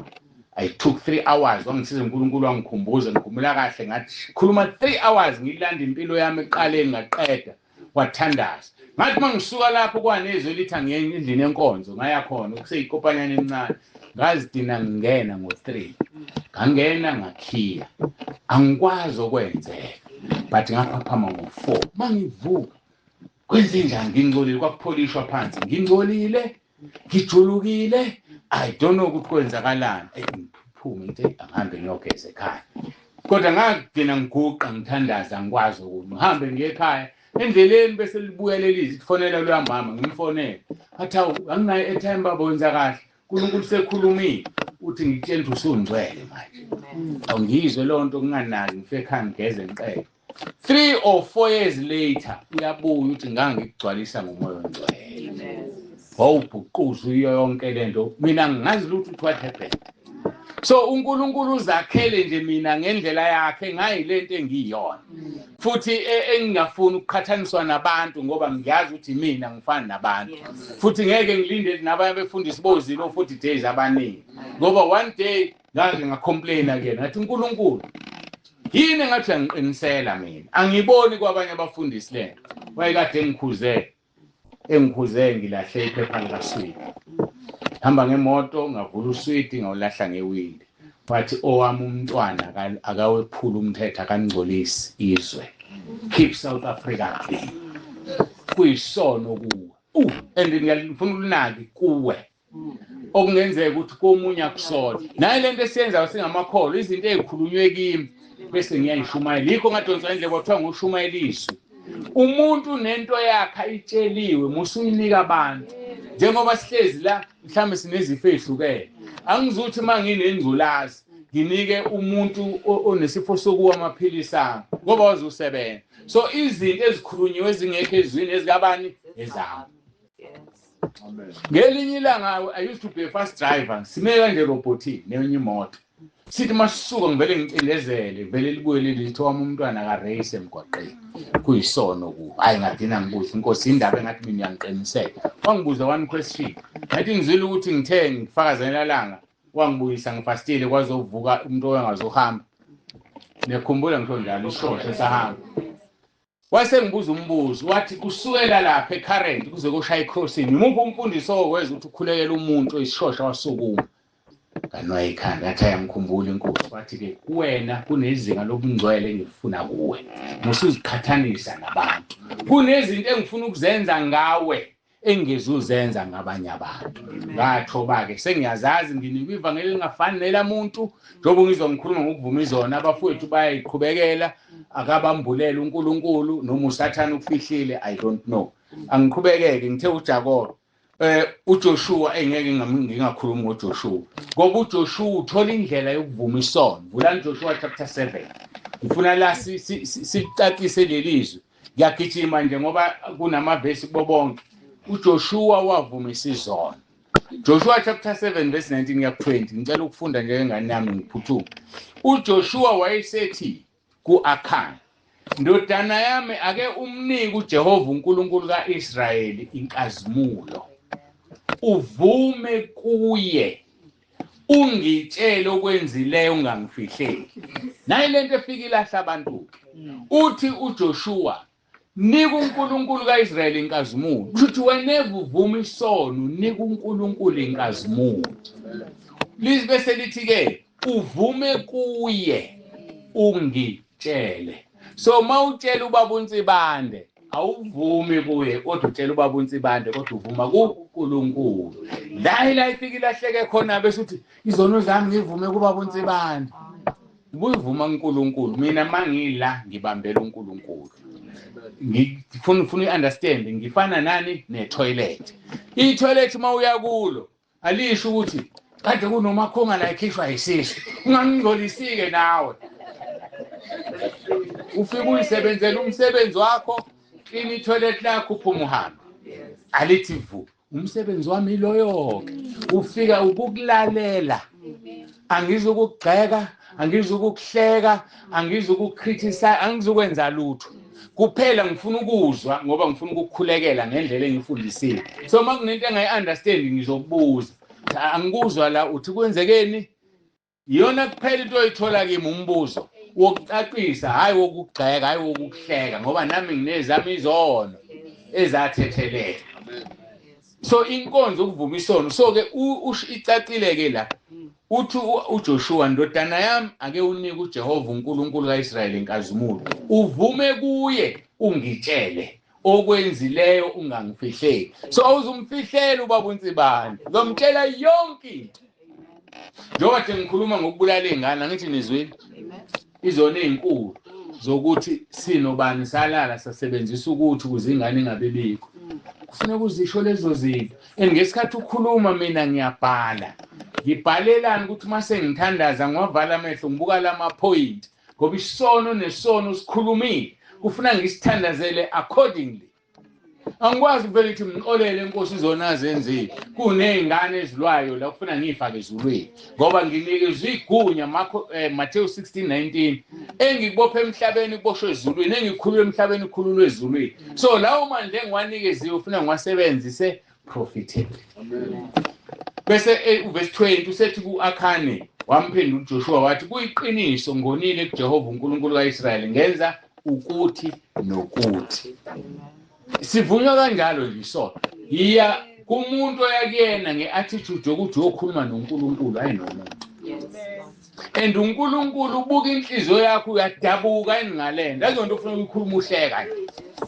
hayi manje nentombi eyiningi kwakukuthi nokuthi uyahleka ukuthi wawuyisona hayi uNkulunkulu ngeke akuthethelele yiba nenhliziyo edabukileyo ngezono zakho ngoba uJesu wafa esiphambanweni bese kuzoba uJohn umpostoli ngale ku1 John chapter 1 verse 8 ya 10 uthi uma sitha sina sono siyazikhohlisa neqiniso alikho kithi uma sizivuma izono zethu uthembekile ulungile so lokho kupha ukuthi uJohn wayivumisa izono wayengayishumayele lento engavumisanga wayivumisa izono angidluleke ngoba ngiyagijima naleli verse akathi bonke abanalelo themba bazihlambulule kukhombisa uJohn wayivumisa izono okugcina uJesu uqobo lwakhe wayivumisa izono mawubulanda indaba kaZakhewu uZakhewu wagibela emthini efuna ukubona uJesu mayisembona mayifika uJesu akalokho eyalelo vele phambi samethu uZakhewu yehle emthini ngimele ukungena endlini yakho lithi iBhayibheli wanele ukungena uJesu uZakhewu wasukuma wavuma izono zakhe wathi mangimaphucile umuntu into ngibuyisa iphinde kane ngizohlukanisa umcebo wami ngithatha u50% ngimnike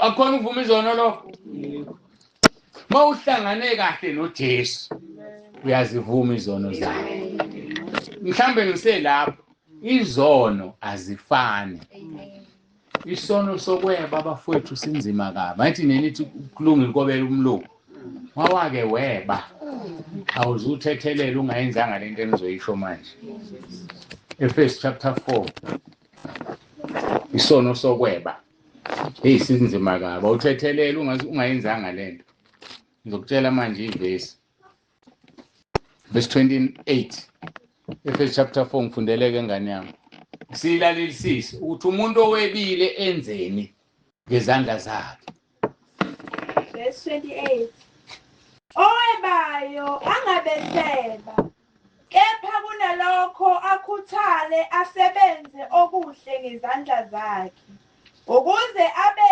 nokwabelana osweleyo nokwabela osweleyo ngiyabonga uma wake wantshontsha unejoka lokupha abaswele ngeke uthethelele isono sakho lithi owebayo angabeseba kodwa akasebenze ngezandla zakhe ukuze abele laba abaswele uma ubuya sibuya kuZakhewu ke manje uthi uZakhewu mangimaphucile umuntu into ngizobuyisa iphinde kane usethi ke ngizothatha uhalf wemali yami ngiphe abampofu ukhokha ukuthi wayintshontsha wayesebenza kwasazi wanamhlanje usazi wayeyumthelisi so ke uma ke wake wantshontsha ukuze uthethelele isono sakho uhlalela ukupha abampofu umuphishi ungabona umuntu oswele indoda ubambe nanku 10 rand uthenga ukudla kuyaphithikwa njalo ezulwini ngoba wake wenzani weba uyabona ukuthi isono sijule kangakanani izono zijulile so uZakhewu wayibamba imfihlakalo engazi uPawulo obhala abase-Efesu wayakazange ahambe noJesu ehola umoya ongcwele khomsumo uyedwa so izono azifani kuhle ukuzivuma isono kumntwana kaNkuluNkulu odlotshelwe lo msebenzi ngoba ufundisiwe isono esithile nesithile ukuze sithethelelwe kujikwa la ngifuna ke sengiyaphetha ngoJesu ukuthi uJesu wavumisa izono abantu abayazi le nto uJesu wavumisa izono uJesu uqobo lwakhe yilese ngishilo uZakhewu ngoba mawuhlangane kahle noJesu ungumayekisa uyahlukana nesono uhlangane kahle naye so lapha babehlangana naye isiqu bese bevuma izono zabo namhlanje uhlangana naye njengoba kushunyelwa la ngobaba uMakhungu sekufanele uvume izono zakho baba uMakhungu kufanele udonse amasokisi bakhe uyazi lenkonzo ngoba kufanele kubasiza abazalwana kufanele bawusiza omunye umfundisi so ke sengivula ke iclass eliseceleni lona sesikoleni mawufuna ukutrain ufundiswe ngiyatholakala kodwa nje yazi ukuthi akekho kufanele asize elinye ibandla kodwa mawusibasiza abantu akufanele ushumayele ngaleyo akufanele nixoxe nomama abesifazane mhlawumbe oyakumama kuzokala indoda isishumayela ngalona ngoba ngikhulume nomama nje umfundisi eshumayela ngesono sami epulpit sebesithwele bobabili leso sono salowo muntu uNkulunkulu umthethelele inkonzo ejule endlela emangalisayo iphathi yesibili kaJesu uJesu wavumisa umpostoli uPaul izona sithe uPaul wavumisa izona ngithi naye wazivuma kuJesu mawufunda izenzo 22 verse 17 kuya 21 uthi kwathi sengibuyele eJerusalema ngikhuleke eThempelini ngehlelwa yisiyezi ngambona wathi kimi khawuleza uphume masinyane eJerusalema ngokuba abazukwamukela ubufakazi bakho ngami verse 19 mina ngase ngithi Nkosi bayazi bona sevuma izono zakhe njalo ufuna ulalele Nkosi bayazi bona ukuthi mina engangibabopha ngibashaya emasinagogeni abakholwa nguwe futhi mhla kuchithwa igazi lika Stefano ufakazi wakho ngangimkhona mina ngivuma ngilinde izingubo zabambulalayo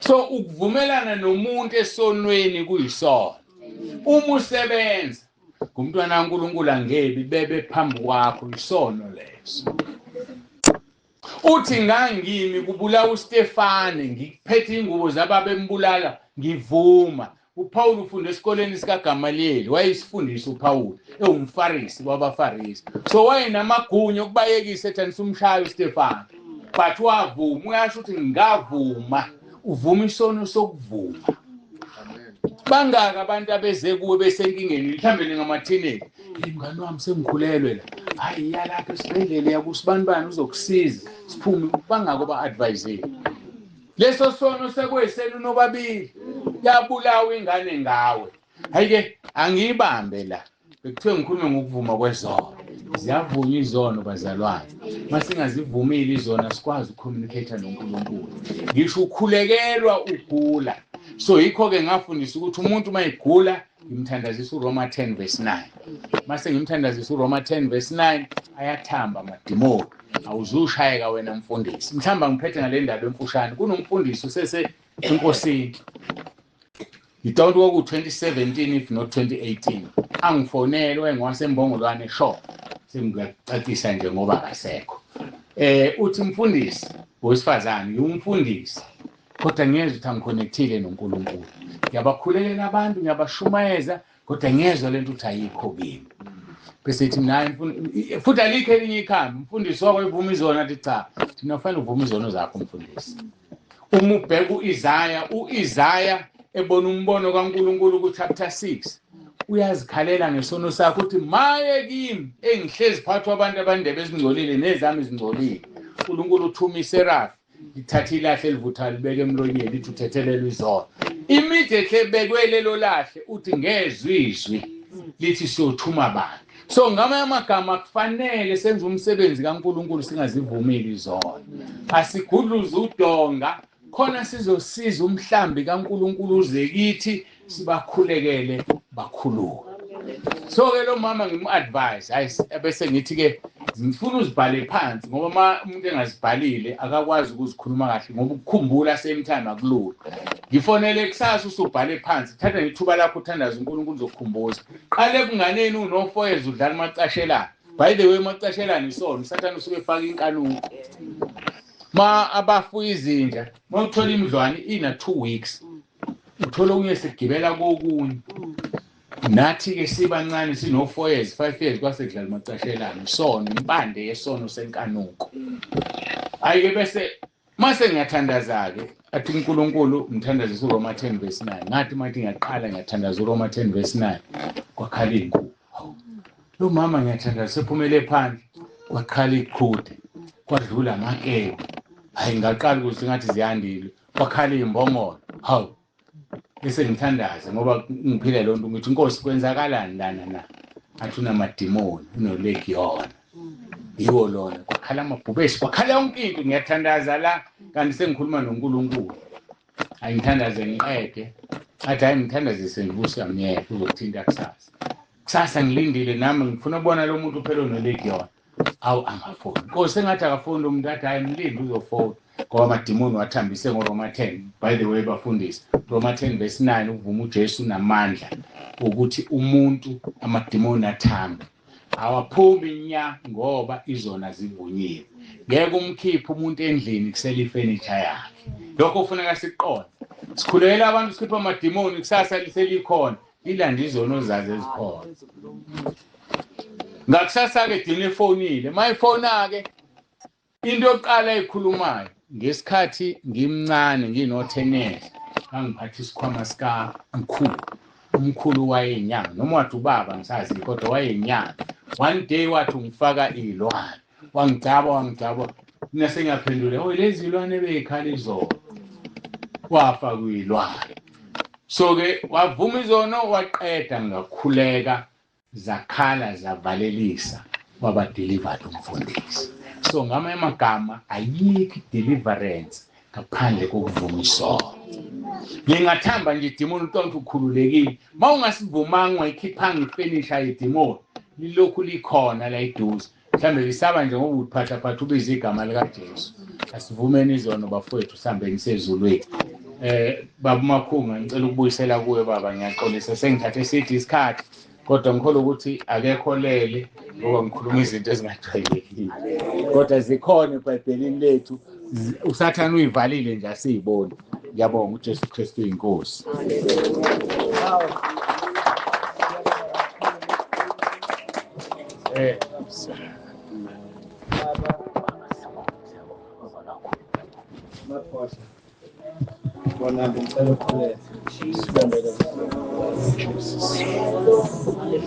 Siyabonga baba wethu ongcwele. Yiso wenkosi yethu Jesu Kristu. Thena ezwini lakho bathandayo yabayalo yabasola. uNkulunkulu wethu akekho singabalekela kuye ngaphandle ukuthi size kuwe. Baba wethu namandla wonke siyazendlala phambi kwakho. Ekhulume kanjeni isidingo singekho. uNkulunkulu wethu namandla wonke siyabonga wena obone kusithekeleni. uNkulunkulu wethu ongcwele uthena uma sizivuma sizishiya wena uNkulunkulu othembekile ukusithethelela. Baba size kuwe ke uNkulunkulu wethu namandla wonke sibonga ukuthi ukhulume ngomntwana wakho unikeze ikhambi. uNkulunkulu wethu sekuyaqoqwa kulesi sikhathi samanje nesitha naso siyahlasela siyafuna bazohlala befudumele bengayindawo musuzolanda ibandla besale benjalo. uNkulunkulu wethu ongcwele sibonga ukuthi namhlanje ebusuku ukhanda umlobokazi wakho ngenasisihla ukhanda ibandla lakho ozolanda ukuthi liyoshada neudle emkhathini. uma uNkulunkulu wethu sewubuye etheni izwi lakho ngokuphazima kweso ngokukhala kwexilongo lengelosi enkulu ibandla lizohlwitha lihlangane nawe emkhathini. Baba siyathandaza uNkulunkulu wethu ohlabelela kahle wathi I want to be there. Ngiyafuna ukuba lapho when the saints goes marching on. Baba ongcwele ngabikho salayo kuleyo namba. Baba siyakhuleka egameni lakhe namandla siyakhuleka kusihlwa ukuthola izuleleni izwi. uNkulunkulu wethu onamandla onke limhlambulule njengoba uJesu eshilo wathi nina senihlambulukile yezwa ngikhuluma kini hlalani kimi nami ngihlale kini. Baba siyabonga kakhulu uNkulunkulu wethu ongcwele. Baba umntwana wakho umgcotho wakho umkhonzo wakho qhubeka nokumbiyela umvikele qhubeka nokufaka izinto ezinkulu. Baba siyakhuleka egameni lika Jesu sikhulekela uNkulunkulu wethu ukuthi namadimoni endawo uNkulunkulu wethu ongcwele angantshotshi. Baba ongcwele sifundise sahlekile ndawo ngegama lika Jesu siyawayala amadimoni esigodi amadimoni esigceme kule ndawo kwathiwa kusempangele siyawayala uNkulunkulu wethu kulesi sigodi kuthiwa kusenzala abantu siyala noma yiluphi uhlobo lomoya noma ngabe ukuthakatha ngegama lika Jesu namandla. uNkulunkulu wethu lithi iBhayibheli kukhona imbewu eyawela endleleni abantu bayigxoba yangabi samila. uNkulunkulu wethu simelene nembewu namhlanje ebusuku ewela endleleni ezagxoxwa isitha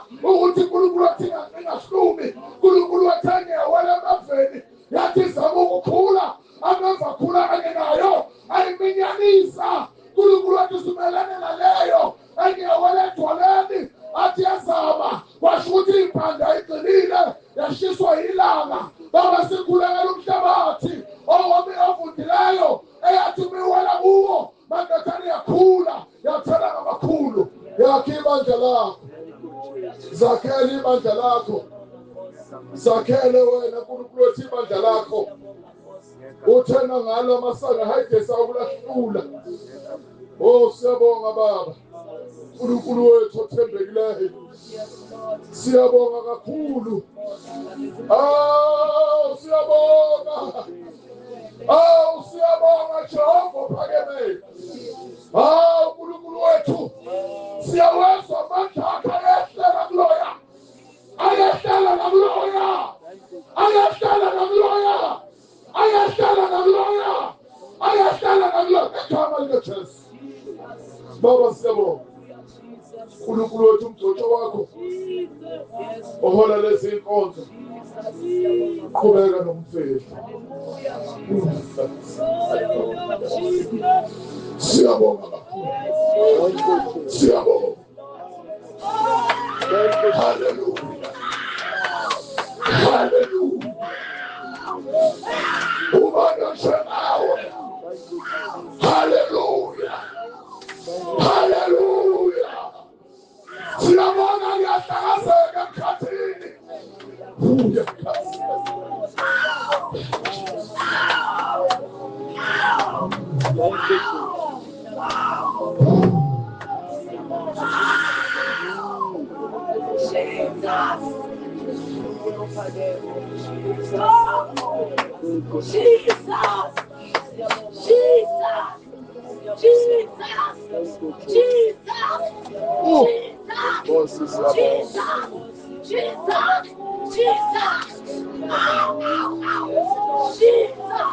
Yes, Lord. Yes, Lord. Oh, my Lord. Yes, Lord. Yes, Lord. Yes, Lord.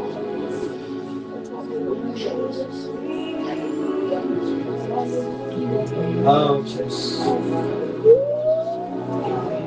Kakum shobo oshengawe okikata welanjalo atisenga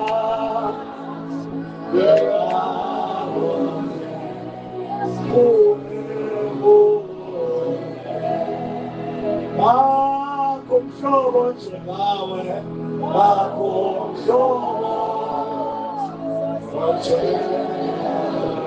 Obikatalela Katalela Chala Atu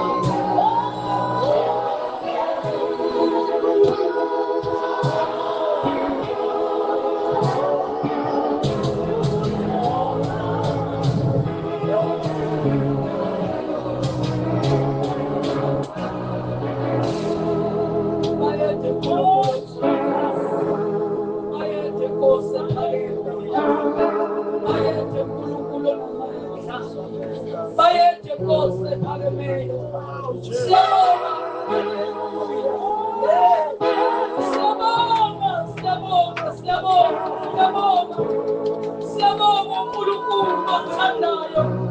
Wasana siyabonga uNkulunkulu osinakayo. Siyabonga uNkulunkulu ongafuni nathi. Ngegama likaJesu Kristu waseNazaretha. Ngegama likaJesu elinamandla. Ngegama likaJesu. Ngegama likaJesu. Siyabonga moya wenu. Siyabonga uNkulunkulu omuhle. Siyabonga uNkulunkulu onakekela impilo yethu. uNkulunkulu ongavumi nathi. uNkulunkulu ongafuni uNkulunkulu nathi. Siyabonga moya wenu. Siyabonga uNkulunkulu osithandayo. Thatha udumo ebusuku ngegama likaJesu Kristu. Moya wenu siyabonga. uNkulunkulu uyasinaka usithanda kakhulu. Siyabonga uNkulunkulu uphiwa. Moya wenu ukuthi angishayela uwe. Ebusuku egameni likaJesu. Mana njalo Nkosi yenkazimulo. Jesus mighty name. Apakho ngicela uzokhulela. Baba wethu oyingcwele, uNkulunkulu osithandayo, uNkulunkulu osikhathalelayo, uNkulunkulu onothando, uNkulunkulu onesineke, athi umbhalo uyini umuntu lento umthanda kangaka, umlandelele kangaka. Siyabonga dwala lethu elinamandla, wena Nkulunkulu omangalisayo, unecebo ngempilo zethu, ukhuluma ngeliphandle. Baba wethu oyingcwele ukuba ibe ulowo nalowo aziyele Nkulunkulu omuhle esihogweni, iqiniso libekiwe.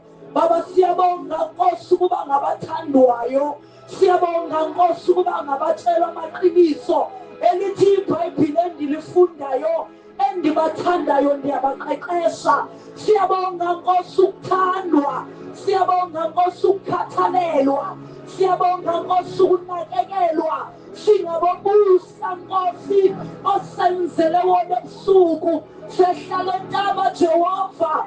Wena ukhuluma ngathi uyaqala uyagcina, unento ingcwele, unenhloso enhle ngemphefumulo yethu. Baba wethu uyasithanda, wonke okhona kuleli thente lokuhlangana uthandiwe lizulu, uthandiwe ngamazulu. Izulu lisithandile, izulu lisikhathalele. Bayethe Nkulunkulu onamandla, ungokuhlalelwa, ungokulalelwa. Baba wethu onamandla ngey'khathi zonke, wena la ukhomba khona sube wena Nkulunkulu omuhle unenhloso yokusindisa abaningi. Siyabonga Baba, nokufanele udumo phezulu lakho Nkosi yamakhosi. Wena Nkulunkulu omhle, you don't share your glory with idols and humans.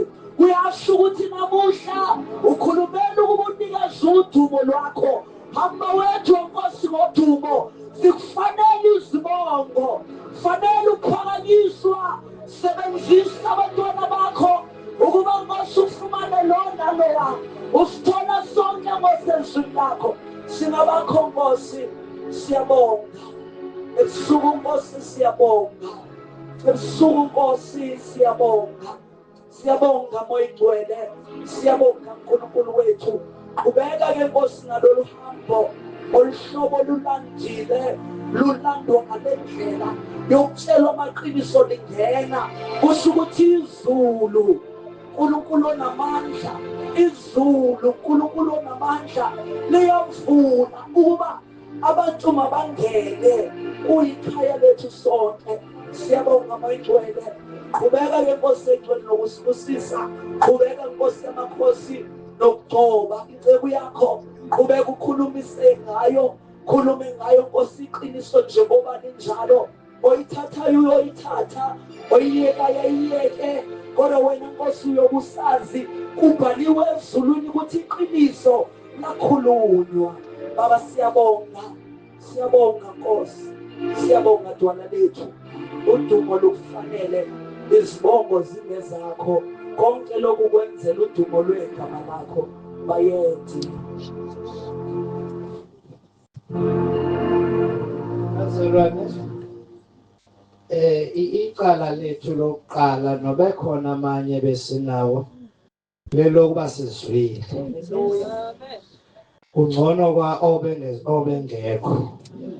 Ngoba ityala lokuzwa athi uNkulunkulu wena wezwa wenzani. Bengenithi ngiyahlambulula bazalwane, bengenithi manje ihlalele ngicabanga ubaba uNtsibanda ukuthi ngingam-invite nini ngoba mangibuka iprogram yakhe ubhizi nje wonke. Kodwa uNkulunkulu ongimthandazayo uvele wamletha ngetray. Akaze nje ngicabanga ukuthi wasesonke nje phaka ukuthi angaze afike kanjani ngoba uvele uthi uma ubuke yeplane yakubona wo ubhizi up to gwela ngane mgcine kuphela ku-2028 2029 noma sebhizi up to 2031. Vele ngincame nje lithi wo-ke phandle. Kodwa uNkulunkulu 2 days. Hayi kodwa uNkulunkulu uyandizwa. Ngeke ngimsola uNkulunkulu. Ngimbone ngoku. Ngithi kunkosikazi baba uNjomani. Angazi besisuke town siya le. Ngithi nkosikazi ungikhumbuze ngifuna ukudlula ngithenge amanzi la.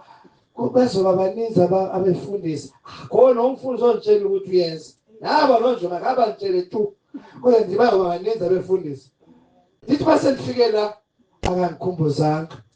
Ngivele ngijike imoto ndihambe ndiyothenga amanzi kuba bekuthiwe kum angothenga amanzi kuzofika abefundisi. Yaphuma la nabashiya lapha becula nawuthenga amanzi. Manje ngithi kodwa uNkulunkulu akangihlebela bawubani nabani kodwa uthe bakhona. Ngathi Nkosi yami ndisize Jehova. Kodwa nebe sizigidela nje siziphuzela amanzi la ngejokweni. Ngithi abefundisi namanzi lokho shantoho. Asiphuzele yedwa. Abaphuzisani ngeglasi yodwa. Siyabonga kakhulu ke bazalwane kumamela umoya engcwele. Uma ekhona owamkela uJesu namhlanje. Ngicela phakamise isandla sakhe. Singamvaleli levuselelo ima ivalwe nawe. Uzibuyisele enkosini, uzamkelele uJesu. Sivale uthi kodwa ngosuku ekwashunyelwa kanje ndazithathela uJesu. Ngicela phakamise isandla sakho. Cela isandla sakho uzamkelele uJesu. Alright, siyabonga ke kakhulu. Ngicela ke ubaba uNtsibanda akaqedi, ngicela uzawuphakama asikhulekele sonke. Ngeke sibeke umuntu isandla namhlanje akhuleke, kodwa ndiyacela noba ekhuleka nathi ukuthi lo mkhuleko ake baphinde uNkulunkulu beze laba bonke abazinikele. Nizawukhathala kodwa ndiyafuna ukuthi le ingene laba abazinikele starting from Monday until Thursday. Ngicela beze la ngokusheshsha nje. Lo mkhuleko baba awenzele laba bodwa, uwenzela thina sonke sizowuthandaza sonke. Kodwa ni special le kulo yonke lento eyenziwayo sibenefita ngenxa yenu. Uma kuyalwa abantu kukhona abazuzayo. uJesu khona ngenye imini ukuthi waphilisa abantu. Akazi no second day uma sebabuka sekufike wayedwa abanye abasekho noma babe u10 kodwa owe9 abayi9 bengasekho. Kodwa ngiyabonga ukuthi starting from Monday until today sisahamba nani. Ingayishwa ukuthi kanti wena ukho serious. Ingayishwa ukuthi wena kulomkhuleko ongako okhuleke kule ndawo awuzuze kangakahle. Kufundisiwe ngendlela zonke. Baba uNtsibanda siyabonga ukufundisa ngenhlambuluko noma sifundisa kodwa wena uNkulunkulu uyabonakala ukuthi ukugcobele lokho uyaspecialize. Ukhona udokotela athi umuntu kayegula ukuthi lona unida ispecialist. Umuntu ozoyihoma phansi ezelayo.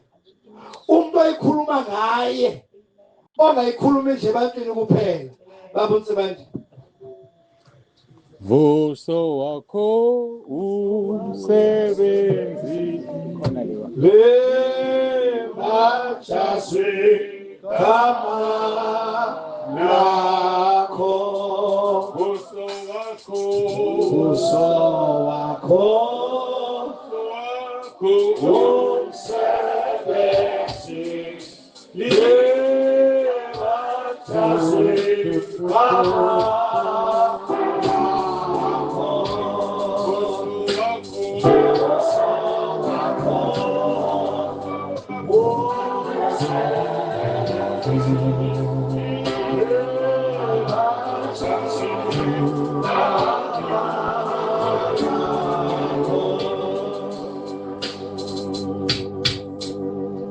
bazalwane ngithema ngihlala nje yakhulumisa ukuthi singahambi singakhulekile uRoma 10:9 noma kunjalo ke akekho uphoqiwe kodwa abathandayo sizobabona ngoba sizoguqa sonke sikhothamele inkosi yethu siphakamise izandla nisho emva kwami yizwi uRoma 10:9 kuyasiza ke ngoba uma ukubambe uRoma 10:9 nombani uthi wathandaza wathini umoya uJesu uthi ngathandaza uRoma 10:9 singasho ukuthi animukele bazalwane ngiyakholwa nineminyaka kodwa njengoba ngeke ngachaza kuhle sihlale simvuma nje ngoba kunentuli zendlela yacela ke sikude sikhuleke siphakamisa izandla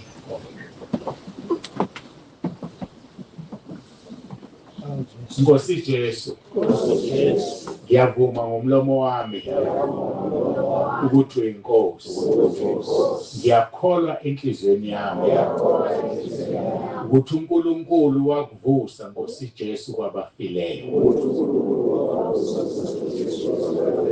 ngiyakhuleka egameni lakho Nkosi Jesu